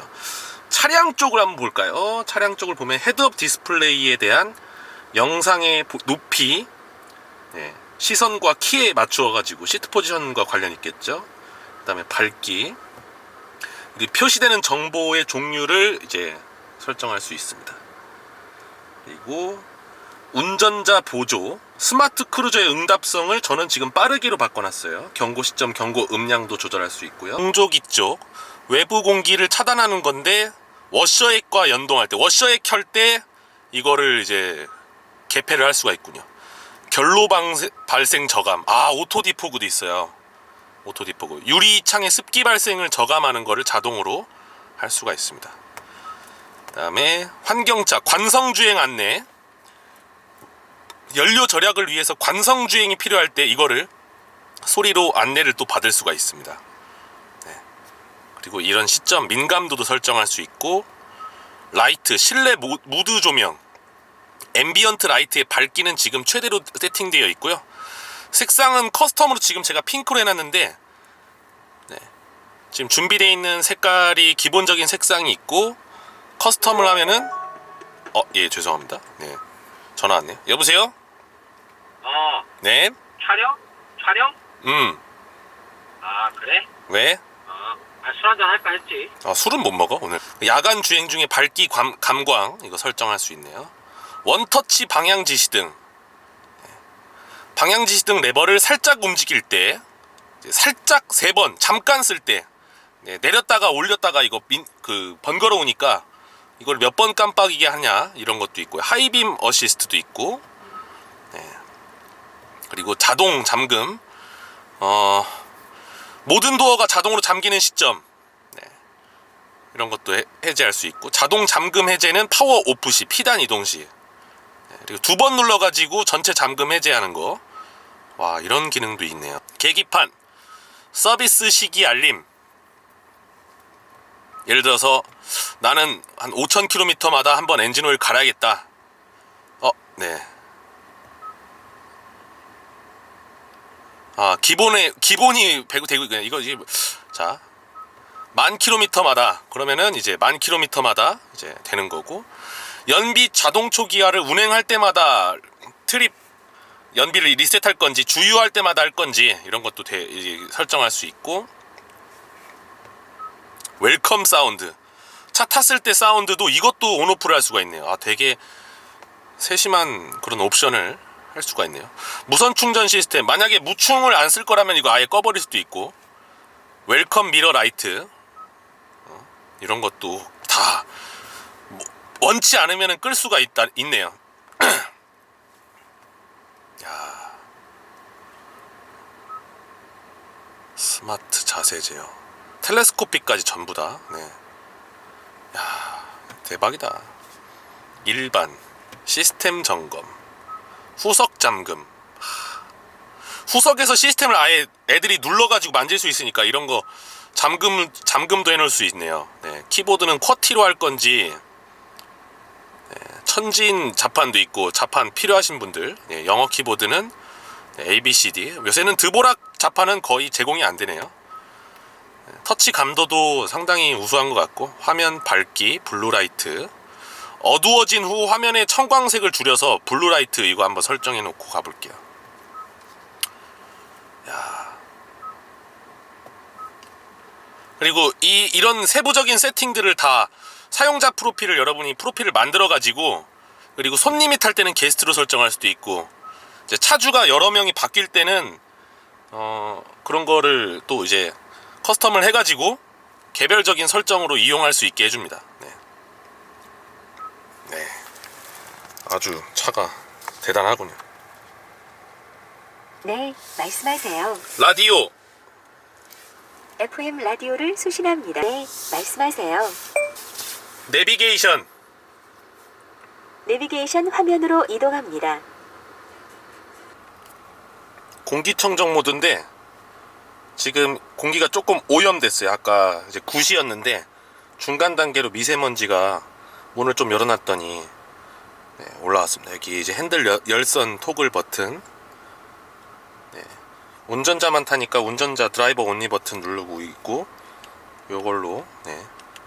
신형 그랜저 하이브리드는 세타2 MPI 엔진 2359cc 엔진에 이게 159마력이고 모터는 38kW짜리가 들어가서 총 시스템 출력은 5500rpm 회전수에서 200마력입니다. 기존 전작에 비해서 배터리가 이제 23% 용량이 확장되었고 충방전 효율이 2.6% 개선되었으며, 그리고 또 이제 모터로만 주행되는 EV 범위가 증가되었습니다. 트렁크를 열어보면은 트렁크 바닥 쪽에 원래 그 템포러리 타이어가 있는 곳에 지금 배터리가 지금 깔려 있는 모습을 보실 수가 있습니다. 네, 이런 식으로 깔려 있어요. 모터는 그래서 엔진룸에 들어있고 이제 배터리가 뒤쪽에 달려있는 그런 모습입니다. 18인치 타이어 기준으로 공차 중량이 이제 1725kg으로 나오는데, 그때 연비는 15.2km/L입니다. 휠이 이게 그랜저 하이브리드의 상징입니다. 엠블렘이 따로 없어요. 자, 이거는 사이드 미러 밑에 숨겨져 있는 카메라고요. 이게 방향 지시등을 켰을 때 계기판에 화면이 나오게 해주는 장치입니다. 이건 헤드업 디스플레이 장치고요. 여기서 화면이 나오는 거예요. 실내는 제가 방금 전에 올렸던 이거 전 영상을 보시면은 자세히 보실 수가 있습니다. 그거 보시면은 충분할 것 같고요. 외관은 네, 뒤태는 뭐 사람들 대부분 이쁘다 하고, 앞도 저는 이쁜데 아직 적응 안 되시는 분들은 좀 뭐라고 하시긴 하는데 현실은 너무나 잘 팔리고 있다라는 거. 자, 이제 야간 시승을 가보도록 하겠습니다. 좋아요, 구독, 댓글 부탁드릴게요. 데저트 이글 밤 시승입니다. 목적지까지 50분 정도 걸리네요. 카메라 배터리를 갈았습니다. 이제 해가 저물었네요. 밤 시승입니다. 이 차에 근데 틴팅이 되게 안 좋은 게 돼 있어요. 그냥 이제 시승차인데 정말 값싼 거를 달아놓은 것 같아요. 울었어요 이게 면이. 비도 오고 어두워졌고 겨울이라 해가 짧아서 오후 6시도 안 됐는데 상당히 어둡습니다. 자, 여기는 이제 압구정 로데오요. 영동대교 타고 성수대교 올라가서 내부 타고 올라가겠네요. 시승차를 받아서 2박 3일 동안 연료를 다 못 썼습니다. 차가 사각지대에 있을 때 제가 방향지시등 넣고 들어가려고 하면은 핸들이 막 떨리면서 경고를 해줘. 운전을 잘하시는 분들도 그런 거는 가끔 섬찟할 때가 있거든요. 실수를 하실 수 있는 부분들이 있죠. 네. 차가 있는 줄 모르고 저도 끼어들었는데 바로 뒤에 차가 있었던 거야. 그러니까 옆 차선에 있던 차가 그냥 급제동을 해가지고 저랑 안 충돌한 게 다행이지. 그러니까 그분이 잘해가지고 사고가 안 난 거지. 저도 그런 적이 몇 번 있거든요. 운전하면서. 통풍 시트. 바로 반응 와요. 제가 두꺼운 옷을 2개를 껴입었는데도 바로 반응이 오네요. 여름에는 진짜 등허리, 엉덩이, 수입차들 통풍 시트 같은 경우에는 등과 엉덩이 전부 다 성능이 모자르거나 한쪽만 만족스럽고 한쪽은 뭐 좀 지지부진한 그런 경우가 있는데, 이거는 현대거 통풍 시트. 그리고 뒷자리도 열선 시트가 있어요. 실내 온도는 23.5도로 맞춰놨어요. 겨울에 거의 뭐 30도에 가깝게 풀 히터 떼시는 분들이 있는데 전 몸에 이제 더위를 많이 타가지고 좀 아직 젊으니까 이 정도 온도만 돼도 충분해요. 밤에는 비가 와 있기 때문에 이런 물기들이 차선을 잘 안 보이게 합니다. 그래서 더 운전할 때 신경이 쓰이죠. 지금 건너는 이제 성수대교예요. 이게 회생제동 시스템이 계속 엑셀을 오프만 해도 충전이 될 수 있도록 도와주고 있습니다. 사이드미러를 보게는 되지만 이게 습관이긴 하지만 깜빡이를 넣었을 때 이렇게 화면이 나오는데, 너무 어두울 때는요 이 센서가 작은 카메라이기 때문에, 카메라 사진 촬영해 보신 분들 알 거예요. ISO 감도를 강제로 올리기 때문에 노이즈가 많이 껴서 화질이 별론데, 낮에 지금도 그리면 광원이 있기 때문에 지금은 대단히 지금 잘 보이고 있습니다. 네. 보행자라든지 택배, 퀵서비스, 오토바이, 자전거, 들짐승들, 그런 것들, 장애물들 주차할 때, 그리고 이제 방향지시등을 켜고서 점등하고서 차선을 이동할 때, 이럴 때 아주 되게 유용해요. 자, 헤드업 디스플레이를 지금 제가 켰습니다. 지금 이 카메라에 나올진 모르겠으나 제 시선 중앙, 이 높이와 밝기 이런 것들도 세팅이 가능한데, 속도가 나오고, 그리고 내비게이터의 기본적인 길 찾기 인디케이터가 나옵니다. 사제 허드 같은 경우에는 그냥 바로 여기 디스플레이 창 하나 올려놓는 방식인데, 이거는 밑에서 위로 쏘는 방식이거든요. 그래서 이제 일단 미학적으로 봤을 때 아주 앞에 대시보드 라인이 깔끔해지고, 밖에서 봤을 때도 또 깔끔해지고, 필수적으로 저는 넣어야 될 옵션이라고 생각하는 부분은, 안전 관련된 옵션은 이런 차를 사실 분들한테는 그래도 넣는 게 좋지 않나 싶어요. 네. 사람의 생명, 이 자동차는 비싼 물건이긴 하지만 내 가족, 내 친구, 내 여자친구, 내 부모님 안전의 가치는 돈으로 매길 수가 없습니다. 사람의 생명과 안전은요. 네.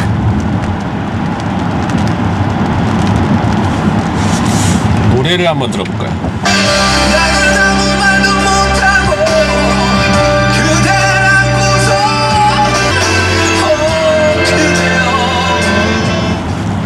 방금 그냥 라디오 지금 FM 107.7 SBS 파워 FM 이거 틀었는데, 와, 소리 기절한다 진짜. 아니 뭐 하만카돈, 크렐, JBL, 보스 뭐 여러가지 사운드 옵션이 들어간 차들을 봤지만, 사실 여기에 제가 베이스를 2단 더 올렸고요, 트래블을 1단 더 올렸고요, EQ를, 그리고 서라운드 음장 그 이펙트 효과를 하나 넣은 거예요. 다시 올려볼게요.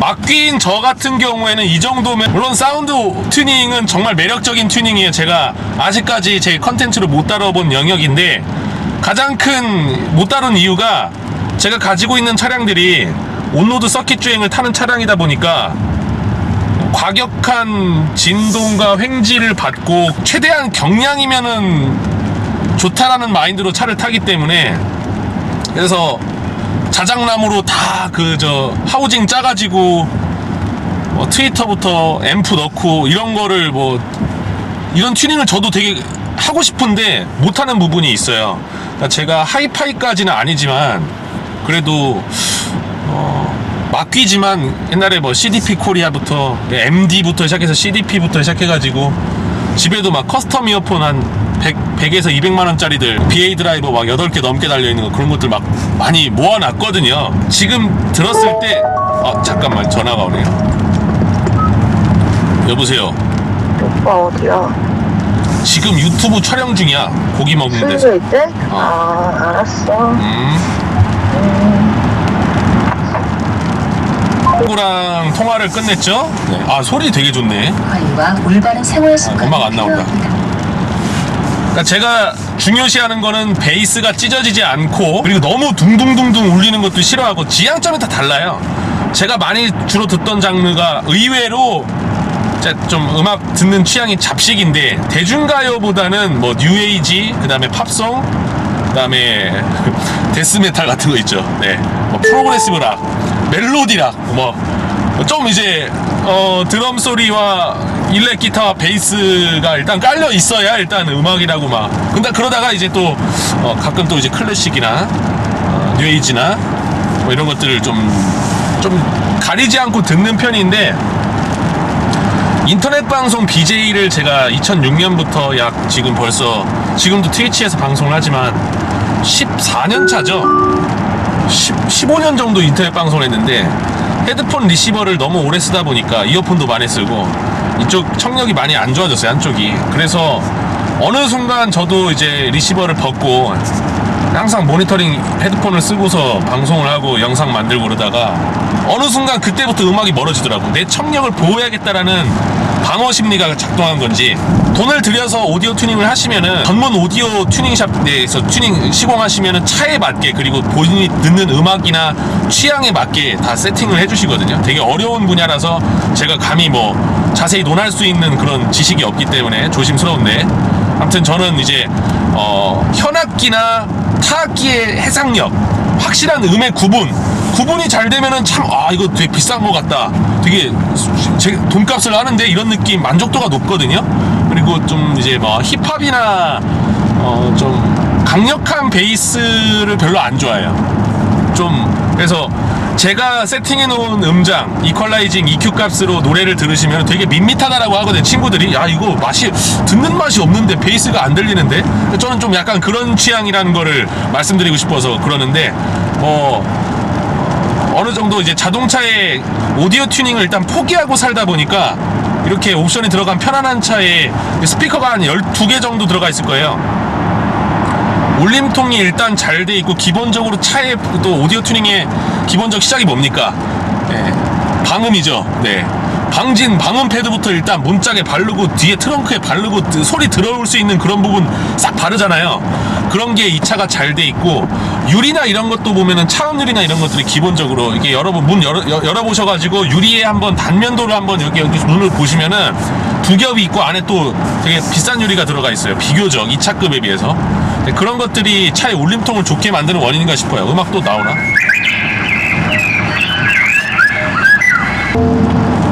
KBS 제1라디오 6.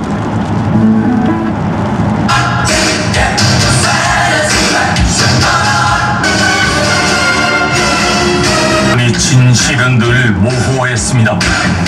배철수의 음악 캠프 지금 시그널송이 나왔는데, 지금 레프트랑 라이트, 그리고 지금 개별적으로 뒤에도 스피커나 이런 것들이 소리의 구별이나 구분이 되게 좋았던 것 같아요. 근데 지금 제가 세팅해 놓은 음장 EQ 세팅에서는 배철수 선생님의 보컬 목소리는 조금 부자연스러웠네요. 네, 이런 부분. 네, 그러니까 뭔가 이제 음장 설정도 뭔가 내 지향점대로 가면은 하나 좀 아쉬운 점이 생기고 그래. 근데 이제 제가 이렇게 해놓으면은 전반적으로 대중가요 팝송이나 이런 데서는 되게 좋더라고요. 그리고 스피커 개수가 일단 많아야 일단 우리가 이제 채널 분리가 되고 이럴 때 확실하게 또 느낌이 옵니다. 공간감. 네. 일단 해상력이 좀 떨어지더라도 일단 공간감으로 때우는 거죠. 스테이지 막 이제 무대에서 뭔가 공연 보는 그런 느낌을 들게 하는 거죠. 실제로도 뭐 돌비 서라운드나 이런 기술들이 다 그런 느낌을 주게 하려고 엄청난 연구를 한 거죠. 네. 그래서 저도 하이파이 오디오까지 못 간 이유가 여러 막 음악 첨음실이나 이런 데도 막 이제 다녀보고 진공관 앰프로 달려있는 막 결국에는 오디오 덕질의 끝판은 집이에요. 덕질의 끝은 집이야. 뭐 레고를 모아, 건담을 조립해, 뭐 컴덕질을 하려고 해. 다 그런 거 하려 해도 결국에 집이 좋아야 돼. 넓고 많은 물건들을 수납할 수 있고 깔끔해야 되고 넓어야 돼. 덕질의 끝은 집이더라고요. 그래서 오디오는 포기했습니다. 제가 구축하려 했던 홈시어터 시스템, 한 당시에도 한 2천만 원 정도 시스템 만들려고 했더니 우리 집에서 안 되더라고. 네, 안 돼. 여건이 안 돼. 동부간선도로 오늘 일부러 영상을 아주 막히는 길로 설정했는데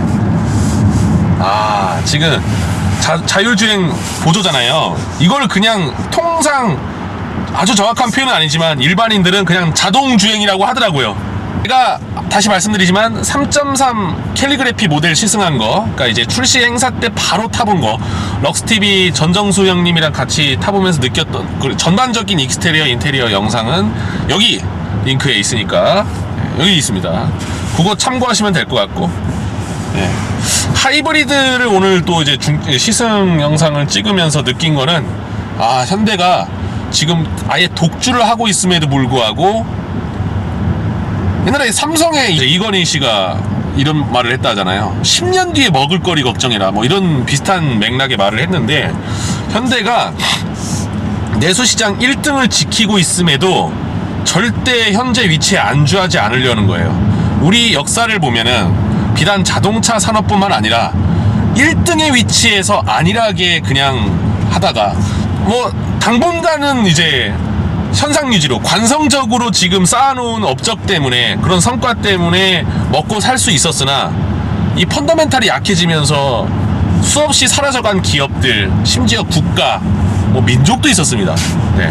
그런 역사를 우리가 되새겨 볼 때 지금 현대는 1등의 자리를 내주지 않는 거는 기본이거니와 그냥 추격자를 절멸시키자 뭐 이런 토탈 어나일레이션 뭐 완전 이런 느낌으로 지금 차를 만들고 있는 것 같아요.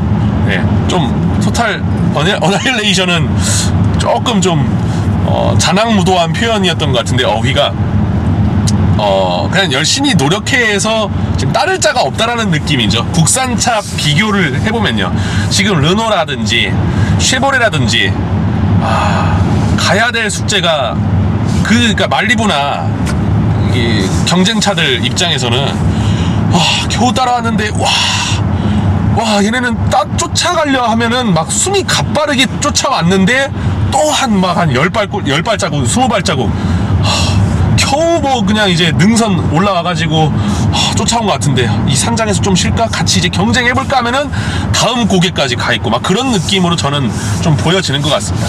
여러 메이커들의 차량을 타보면서 비교해보다 보니까 이 차에는 없던 거, 이 브랜드의 차에는 없던 게 여긴 있네, 이런 걸 많이 저는 느낄 수밖에 없거든요. 한 지붕 다른 가족인 기아에서 물론 차급은 이거보다 낮은 소나타급이지만 K5가 아주 디자인 정말 앞 디자인은 그냥 젊은이들이 이 과학이죠. 엄청난 디자인 때문에 이것도 또 사전 계약 대수가 1만 대를 넘었다고 하네요. 그러니까 현기가 사람들이 사고 싶은 차를 지금 만들고 있는 게 맞아요. 네. 앞으로도 계속 그래줬으면 좋겠습니다. 그렇다면은 제 유튜브 영상에서도 현대의 자동차를 다루는 일이 많아지겠죠. 많은 관심을 받고 있고 그 많은 대중의 관심 속에는 저의 관심도 섞여 있기 때문이죠. 네. 그래서 저의 채널을 운영할 때 제가 보여주고 싶은, 제가 하고 싶은 것들은 사실 소수의 취향이기 때문에 어떤 대중의 취향을 좀 아우르는 그런 컨텐츠도 적절히 버무려야겠다라는 생각을 작년쯤에나 했습니다. 네, 그전에는 못했고요. 그러다가 에너지 흐름도 보시면은 아시죠? 바퀴 쪽에서 배터리로 가고 있죠. 제동을 하고 있는 상황에서는 회생제동을 해서 충전을 해주고 있고, 그러다가 다시 가속할 때는 배터리로만 가고 있고, 이 에너지 흐름도를 보시면은 각 이제 하이브리드 자동차를 만드는 메이커들이 이게 되게 직관적으로 이해하게 만들어서 지금 상황이 내연기관이 돌고 있는 것인지 함께 돌고 있는 건지, 지금 배터리는 어떤 식으로 충전되고 있는 건지 이제 애니메이션식으로 이렇게 만들어 놓거든요. 지금 현대는 이런 식으로 지금 만들어 놨어요. 길은 참 막히는 길이네요. 이런 데서 뭐 과급차, 그러니까 터보차들 2000cc, 1600cc도 예외였고, 이런 데서는 정말 연비 안 나와요. 7, 8 정도? 네, 아무리 뭐 더 못 나올 때도 있고, 지금은 그래도 차가 가다 서다 하는 정도에서 조금 더 좀 잘 풀려 있죠. 그냥 느리게 가고는 있죠. 근데 가다 서다 하는 정도, 아예 꽉 막혀서 주차장이 되면은 그냥 연료는 때우고 있지만 뭐 진척도가 없는 상황이니까 연비는 극악으로 이제 또 떨어지기 시작하지 않습니까? 근데 또 항상 이런 논쟁이 있어요. 하이브리드 차를 추천하지 않습니다. 뭐 이런 게시물이나 동영상 보면은 뭐 논리적으로 맞는 얘기거든요.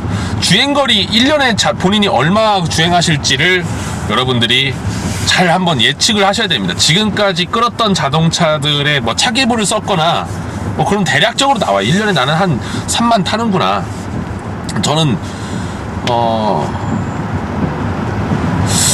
이게 기름값을 뽑으려는 심정으로 간다라고 하면은 주행거리가 어느 정도 1년에 한 뭐 3, 4만 이상은 타시는 분들, 한 2, 3년 타면 10만 킬로미터 가시는 분들, 그런 분들이 하셨으면 좋겠고요. 근데 또 이 차를 살 때 뭐 일시불 현금으로 사시는 분들이 별로 없이, 그러니까 금융이자 이런 거 다 생각 안 하고 월 불입금이 얼마냐, 처음에 얼마를 이제 보증금으로 밑에 깔고 가냐, 이걸로 지금 차를 살 때 접근하는 분들이 되게 많아요, 지금 요새. 실제로도 차를 현금 박치기로 사는 사람은 비율이 적거든요. 아주 적어요.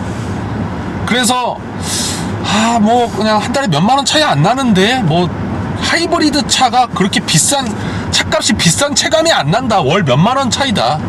네. 그 반대로 또 휘발유 그거 뭐 몇만 원 더 난다고 뭐 굳이 하이브리드 사야 되냐, 이거는 뭐 개인의 어떤 결정의 문제인데, 어느 쪽의 가치관을 크게 두냐에 따라 다른 것 같아요. 네. 그러니까 저는 주행거리가 많지가 않아요. 저의 상황에 대입해서 얘기할게요. 저는 차가 일단 여러 개가 있기 때문에 2개가 있죠. 그러니까 지금 차를 하나 더 추가해서 차가 3대가 되면은 무조건 편한 차를 살 확률이 높습니다. 비교적 편한 차, 자동 변속기에 여자친구가 함께 탈 수 있고, 문이 4개가 달려있고, 짐이 어느 정도 실리는 차, 이 정도 차가 되겠죠. 이제 3번째 차도 수동으로 산다면은 여자친구는 앞으로도 수동 변속기 면허를 취득할 확률이 없기 때문에, 저의 경우에는 사봤자 1년에 2만 안 탈 거고, 디젤을 일단 싫어하고, 그러면 무조건 저는 3.3 가솔린을 갈 것 같지만, 제가 산다면 2.5의 가성비 옵션들, 그렇게 넣을 것 같아요. 뭐 저 같은 경우는 꼭 넣고 싶어하는 옵션이 그냥 썬루프 하나 넣고 싶고, 담배 피니까. 계기판은 양보 못하겠다. 계기판은 양보 못하겠다. 스마트 센스 그거 살짝 넣고, 그러면 출고가 4천 초반 정도에 딱 나오게 만들 것 같아요. 옵션을 꽤 많이 넣겠네요. 풀옵션은 아닌데. 이런 차들은 익스테리어 관련된 옵션을 신경 쓸 게 없어서 좋은 것 같고, 그리고 이제 실내 이제 시트 내장 색상이나 이런 재질 같은 거는 좀 그냥 양보할 것 같고요. 차 자체가 중요하지 뭐 이런 이제 인테리어의 끝판을 찍자, 이런 제가 그런 마인드는 아니거든요. 근데 인생의 첫 차이거나 오랜만에 차를 바꾸시거나 이런 분들한테는 결국에는 그냥 풀옵션으로 막 귀결되는 경우를 되게 많이 봤습니다. 네. 저도 되게 옵션 고민된다고 질문하시는 분들 많은데, 그냥 남자는 풀업이지로 그냥 대답하기 귀찮아서, 네. 옵션 빼면은 나중에 저를 원망할 수도 있는데, 풀옵션을 넣고서 원망하는 경우는 돈을 많이 썼다라는 원망밖에 못 듣거든요. 정말 승용차는 디젤은 못 참겠어요, 진짜. 디젤 유저분들한테 너무 죄송한데, 하이브리드보다 디젤이 장점은 있습니다. 연비 주행 환경에 따라 다르겠지만 디젤이 지금 이 차보다는 더 잘 나올 것 같아요. 막 길에 막 지나다니면 아무리 막 5천만 원 1억짜리 디젤 차에도 너무 시끄러워. 그 압축 착화 방식의 그 압축비가 높아가지고 소리와 진동이 큰 디젤 엔진. 예. 뭐 디젤은 뭐 몇몇 메이커들의 안 좋은 그런 뭐 사태도 있었고, 디젤 게이트, 화재 사태, 그런 것들 생각해 보면은 이렇게 조용한 차를 싼 가격에 살 수 있는데 굳이 디젤을 가야 되나? 저는 제 지인이라면은, 제 친구나 가족이 산다고 하면은 디젤은 말리고 싶습니다. 네. 물론 디젤 유저분들은 좀 기분이 나쁘실 수도 있겠지만, 야, 디젤 별로 안 시끄러워. 저는 디젤 타다가 휘발유로 동급 이상으로 기변하시고서 휘발유 칭찬 안 하는 분을 본 적이 없습니다. 네, 진짜 그런 주행 감성이나 소음이나 승용차가 가져야 될 기본적인 덕목을 좀 저해시키는 디젤차랑 비교했을 때 이 차는 너무나 훌륭하고요. 조용하고 편하고, 연비 15.7km, 이렇게 막히는 서울 시내 도로. 단점, 제가 아까 얘기했는데 어떤 사람이 막 장점만 얘기하고 빨기만 한다. 근데 장점만 얘기하면 안 돼요?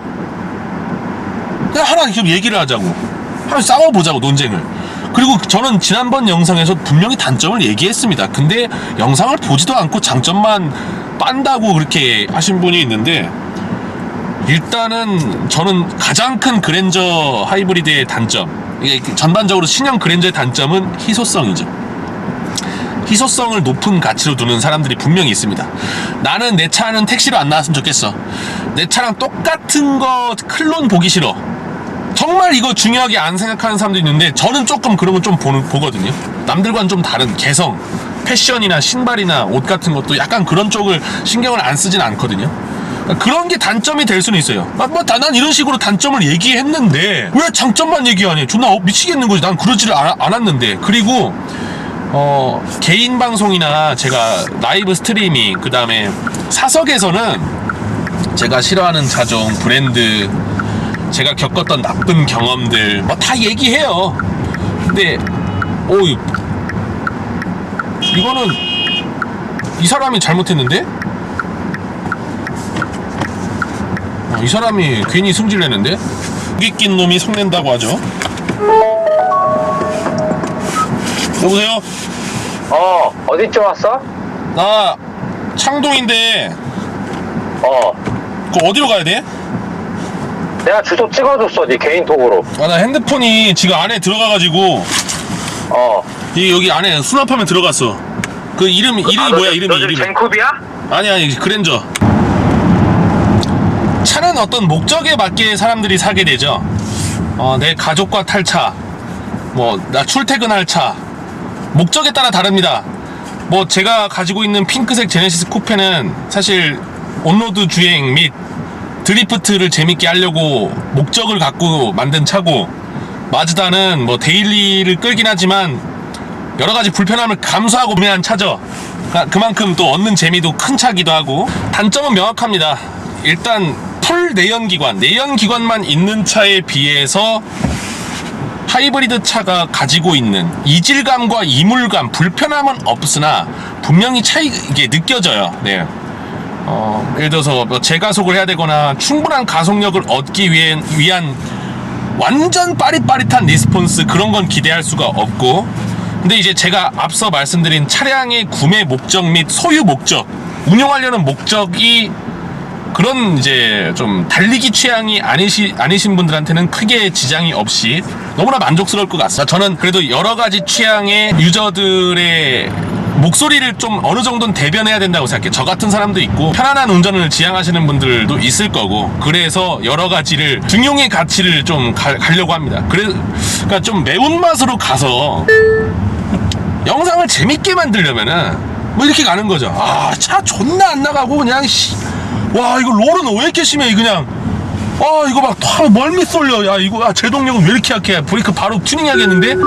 이렇게 갈 수 있죠. 근데 그렇게 해서 열광할 사람들도 있고, 이렇게 모두 까기 인형처럼 단점을 부각시켜가지고 후드를 팰 수도 있겠지만, 그게 또 보는 것 자체가 영상을 시각적, 청각적으로 그 말초신경이 자극되는 그 뼈 때리는 재미로 보실 수도 있겠지만, 그러면은 사실 그걸 또 안 좋게 보는 사람들도 많다라는 거. 그건 또 이건 저의 입장인데, 자기가 좋아하는 차종, 내가 갖고 있는 차, 내가 사고 싶은 차를 욕하면 사람들이 그렇게 기분이 좋진 않아요. 언짢아 하는 경우가 많아요. 얘가 하는 말이 맞는 말이긴 한데 그래도 존나 기분 나쁘네 막 이렇게 받아들일 수도 있고, 이 새끼 뭐라는 거야, 나는 전혀 이 자식이 하는 얘기에 공감을 못하겠다, 나는 이렇게 운전하지도 않고 그런 취향이 아닌데 얘는 그런 취향이 저격을 못했다고, 지 취향 저격을 못했다고 쓰레기라고 까네? 이 새끼 안 봐야지, 걸러야겠다, 믿고 거르는 유튜버 막 이렇게 될 수도 있다는 거지. 네. 이미 그렇게 걸렀을 수도 있겠지. 이 새끼는 수동 변속기 차만 타네? 또라이인가? 얘는 차에 막 이상하게 막 튜닝하네? 차에 튜닝의 끝은 순정 아니야? 이 양아치 새끼 막. 물론 양아치 두면 양아치만 보이는 거지만요. 네, 아까 K5 얘기하다가 과학 파이브란 얘기를 하고, 그게 좀 약간 나쁜 의미의 단어거든요. 그랜저도 만만치 않아요. 이게 그 자동차 중에서 많이 팔린 차들이 당연히 그 중에서도 그 병신양 보전의 법칙이라고, 세상 어디에나 그 나쁜 사람들, 좀 법을 어기는 사람들 많이 있잖아요. 그러니까 많이 팔리는 차들이 걔 중에 바보, 멍청이, 개새끼, 씹새끼들이 포함되어 있을 확률이 높습니다. K5가 뭐 차가 무슨 죄겠습니까? 그 차를 만든 제작사가 죄입니까? 그거 타고 다니는 놈이, 이상하게 운전하는 놈이 죄지. 네. 근데 인정합니다. 네. K5 비율이 높은 거 맞습니다. 젠쿱 이런 것도 뭐 저 인정합니다. 근데 그랜저도 우리도 근데 포함시켜야 된다고 합니다. 그랜저도 저도 길에서 막 고속도로에서 운전 개 족같이 한다 이 새끼, 이런 애들 보면은 그냥 운전하다 보면은 욕하게 되는 애 있잖아요. 씨발로 막 이렇게 막 나도 모르게 저 새끼는 진짜 막 뒤에서 보다 보면 그런 사람들이 왜 하나 많이 팔려서 그래. 소나타도 많고 벤츠 이클도 많고 BM도 많고, 많이 팔린 차는 예외가 없었던 것 같아. 자, 이제 귀가를 해서 이제 동영상 찍은 영상을 이제 편집을 해야 돼요. 오늘 하루 종일 그랜저 하이브리드 신형 차량을 끌고 다니고 있는데, 통합 연비는 14km/리터 정도 나오고 있습니다.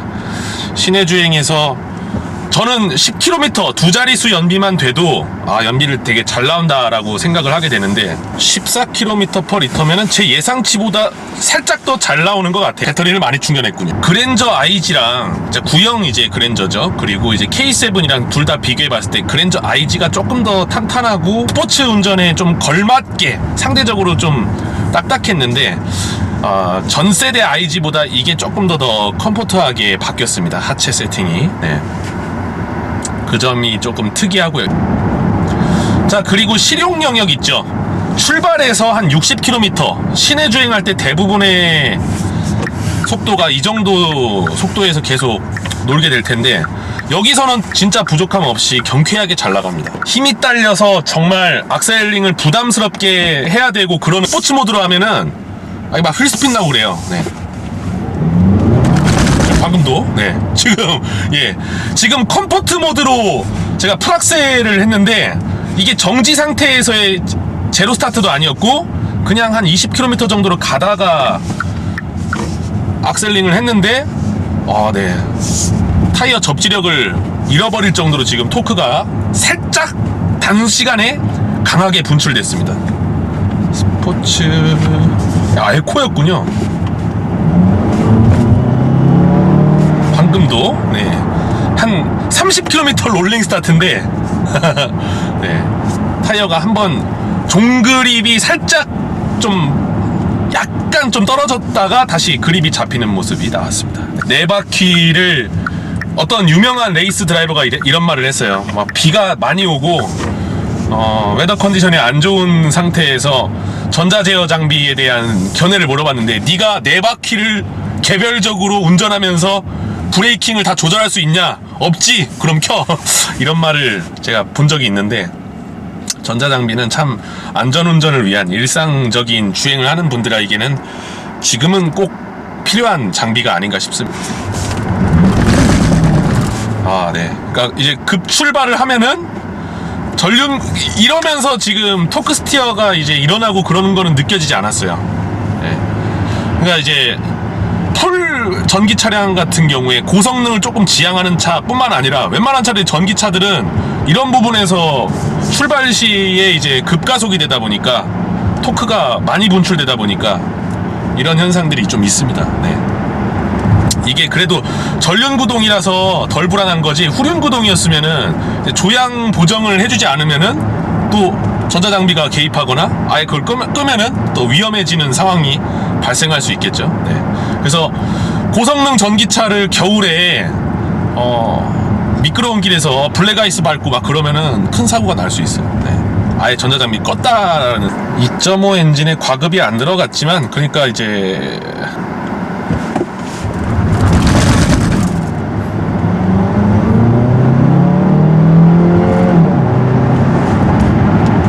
제로백이 그래도 솔찬히 나오는데 가속력은 뭐 보셨죠? 나쁘진 않은데 저한테는 충분하지는 않고요. 한 3번의 급출발을 하니까 연비가 0.5km/L만큼 떨어졌네요. 이런 스포츠 모드를 왜 달아놨겠습니까? 모든 이들의 취향이 다 똑같지 않기 때문에 좀 밝고 좀 빨리 달리고 싶어하는 사람들의 목마름을 해결하기 위해서 이런 모드를 다 집어넣은 거죠. 다음 그랜저는 어떻게 될지, 여기서 더 좋아지게 하려면 뭐가 바뀔까? 그러니까 지금 현행 12.10리스, 네, 10리스 형태의 이 클러스터와 내비게이션은 오랫동안 요 베이스로, 그 전 세대의 IG는 여기에 시계 달려 있고 화면이 작잖아요. 너무 비교된다. 이 부분이 좀 저한테는 좀 크게 느껴지네요. 네. 너무 이게 더 좋다. 큰 거야. 너무 커. 디자인, 기능성, 이런 것들이 신형이랑 좀 차이 나는 부분. 뭐 구형, 지금은 뭐 구형이라 해서 되게 구닥다리 차 같지만 뭐 지금 전세대 IG도 참 좋은 차긴 한데, 이 차의 거의 한계 속도에 달했을 때도 외부에서 유입되는 바람 소리나 내부로 유입되는 소음이 적어요. 하부나 이런 데도 지금 하치 쪽 촬영을 못했지만 제가 막 카메라 막 봉으로 쑤셔 넣어가지고 액션캠으로 막 봤는데 이런 부분에 신경을 썼습니다. 고속으로 달릴 때도 그런 소음이나 이런 걸로 뭔가 신경 쓰이고 그러지 않았어요. 조용해요. 거의 뭐 제가 갖고 있는 뭐 로드스터 같은 차량들은 고속 한 120부터 참 많이 시끄러워지거든요. 네. 그런 거를 전혀 뭐 대비해서 만든 차가 아니라서 그런데,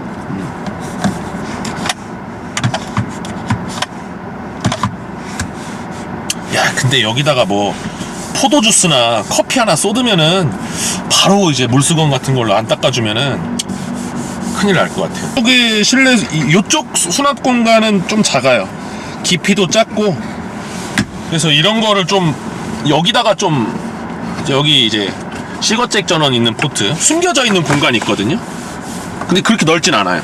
통로가 있는데. 자, 출발. 네. 저 뒤에 똥불 튜닝한 차, 저런 거 블링커 튜닝 이런 거 우리나라에서 불법이죠.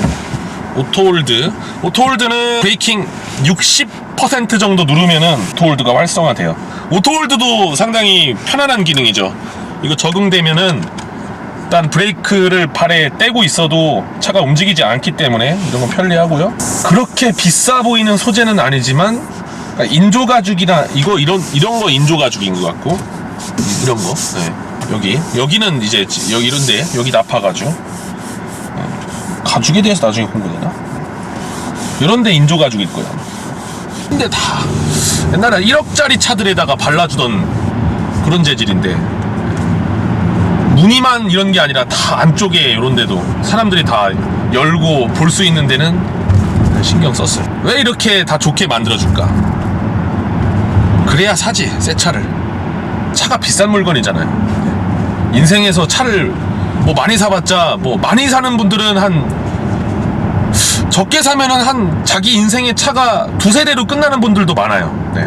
평생 중고차만 사시고 신차를 이제 구매 안 하는 사람들도 있고, 그런 사람들도 다 잠재 고객이기 때문에 제작사들이 참 각고의 노력과 고민을 합니다. 어떻게 하면 더 많이 팔 수 있을까? 제가 뭐 장거리 시승을 좀 했으면은 연비요, 이거 20km/L 충분히 만들 수 있을 것 같아요. 뭐 여기다가 한 사람 더 동승하고 체중 한 60-70kg짜리 사람 한 명 더 타고 짐 좀 싣고, 그래서 총 중량이 약 뭐 100kg 정도 추가된다고 하더라도 제 뇌피셜로는 20km/L 나오게 할 수가 있을 것 같습니다. 작정하지 않고 해도.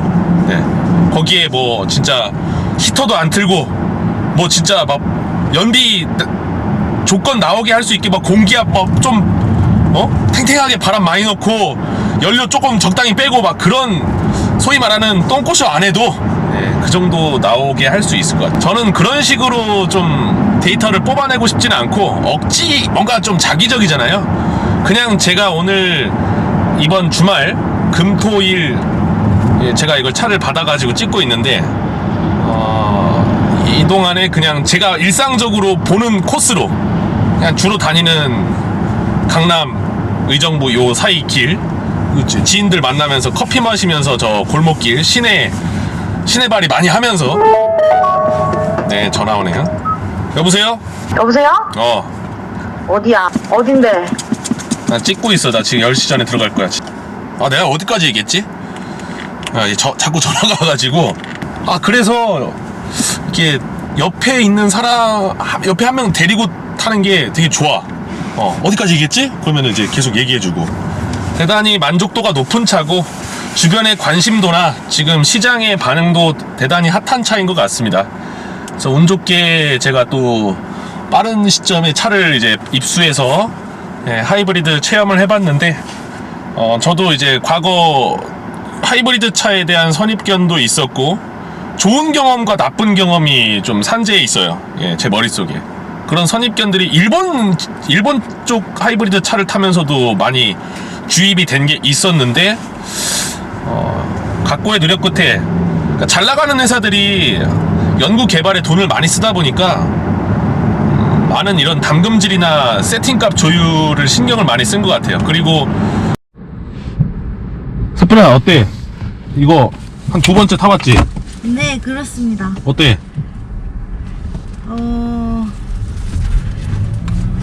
솔직히 말씀드리자면 솔직히 뭐?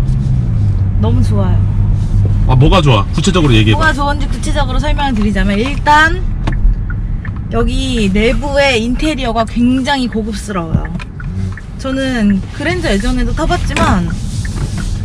네가 그랜저를 알아? 그랜저 알긴 알지. 타보긴 했으니까. 근데 진짜 너무 고급스럽고, 일단 내장재나 이런 것도 굉장히 고급스러워.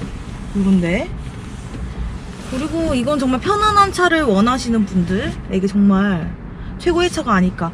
오늘 제가 저희 부모님을 만나서 이제 식사를 했는데, 제가 이거 한번 타보고 부모님한테 그랜저 진짜 엄청 좋다고, 타보신 분들은 알 거예요, 이게 얼마나 좋은지, 편안하고. 저는 솔직히 다른 건 잘 모르겠고, 단점을 나쁘다 단점 같은 거 얘기하기 단점을 지적해봐. 단점 없어? 오케이. 근데 그거 있어. 어제 좀 탔는데 살짝 아직 울렁거려. 왜 울렁거리지? 롤이 심해서 내가 좀 빨리 달려서 그래. 오빠 좀 빨리 달려서 그런 거지? 시속 430km로 달려서 그래. 차가 나온 지 얼마 안 돼서 이게 새 차 냄새가 나서 내가 속이 좀 안 좋았어. 새집 증후군처럼? 그런 것처럼 아직 좀 코가 아파. 코가 아파? 비싸. 대신 이거 얼마야? 4,500이야 이거. 4,500이면 싼 거 아니야? 이 정도 급의 차가 4,500이라면 싼 거 같은데? G70이 얼마예요? 그러니까 G70은 뒷자리가 좀 좁긴 하잖아요. 근데 넓은 차 원하시면서 고급스러우면 같이 두 마리 토끼를 같이 잡으시려면은, 토끼는 2마리, 3마리씩 잡아야지. 그래, 더 좋은 점도 많겠지. 왜 이렇게 넓어? 내비가 오빠 차 타다가 이거 타니까 속이 다 후련하다. 내 차는 옛날 차잖아. 그러니까 그 조그만한 화면 보다가 이거 보니까 아주 속이 뻥 뚫리는 기분이야. 얼마나 미래지향적으로 만들었어. 핸들도 고급스러운 거 봐봐. 어머, 웬일이야. 그만 칭찬해. 사고 싶으니까. 어머, 웬일이야 이거. 뒷자리 왜 이렇게 넓어 이거. 너 발 안 닿지? 발은 다. 발가락을 다요. 이게 앞으로 뺀다 이거. 앞으로 빼면 도대체 이게 얼마. 와, 진짜 넓다. 지금 좀 좌석을 앞으로 뺐거든요. 이게 택시 세팅이라고 하죠. 조수석에 안 태우는 세팅. 다리가 짧긴 하지만. 그럼 그랜저 총평 네가 한 줄 해봐. 3줄 요약 안 돼. 한 줄 요약. 누구나 원하는 차. 그건 아니야. 틀렸어. 다시 해. 다시 하라고? 어. 내가 개그맨도 아니고 이거 막 애드리브 생각해내야 되나? 그만해. 하지마.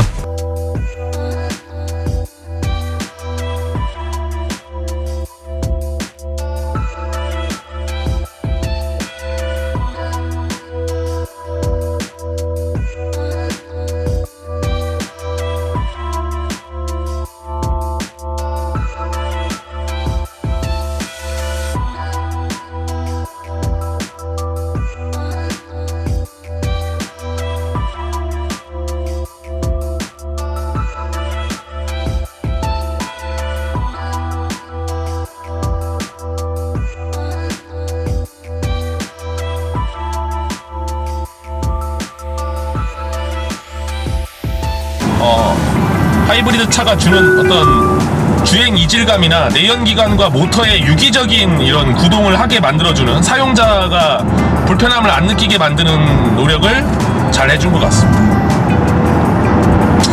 여기가 좀 고속으로 가면 쫄깃한 곳인데, 여기 오르막이라서 또 하중도 뒤에 지금 쏠려 있고 가속력은 좀 아쉽다. 그러라고 만든 차가 아니니까. 이렇게 시승을 진짜로 마무리해 보도록 하겠습니다. 자, 총 정리해 볼게요. 네, 총 제가 약 387km 달렸고요. 통합 연비는 8.6km/리터. 네, 근데 초반 300km는 200km는 가옥 주행을 했기 때문에 그런 건 좀 빼고 나면은 대략적으로 저의 운전 습관 및 제가 다니는 환경에서는 약 12에서 13.5 정도, 근사치로 하면은 12점 후반 정도의 연비가 나올 것 같습니다. 전반적으로 막 완성도, 차의 만듦새, 만족도 이런 것들이 대단히 좋았던 차 같고, 하이브리드 차는 저한테 좀 거리가 먼 영역이었거든요. 장르 자체가 제가 좀 선호하는 영역은 아닌데, 제가 뭐 이제 일반적인 성향의 유저들, 일반적인 주행을 하시는 연령, 성별, 그런 이제 스타일을 고려했을 때 그런 제가 적합하다고 생각되는 그런 유저들한테는 추천할 만한 차인 것 같습니다. 가성비는 본인의 경제 상황과 가치관에 따라서 달라지니까, 저는 뭐 이 정도 차면은 결코 싼 차는 아니에요. 옵션 어느 정도 넣으면 4천만 원이 넘기 때문에 여러 세제 혜택과 고려해도 꽤 상당한 금액입니다. 신차로 사시면은. 그런 점은 개인이 알아서 판단하시기 바라겠습니다. 자, 요걸로 시승 마치겠습니다. 좋아요, 구독, 댓글 부탁드리고요. 여러분들 새해 복 많이 받으십시오. 감사합니다.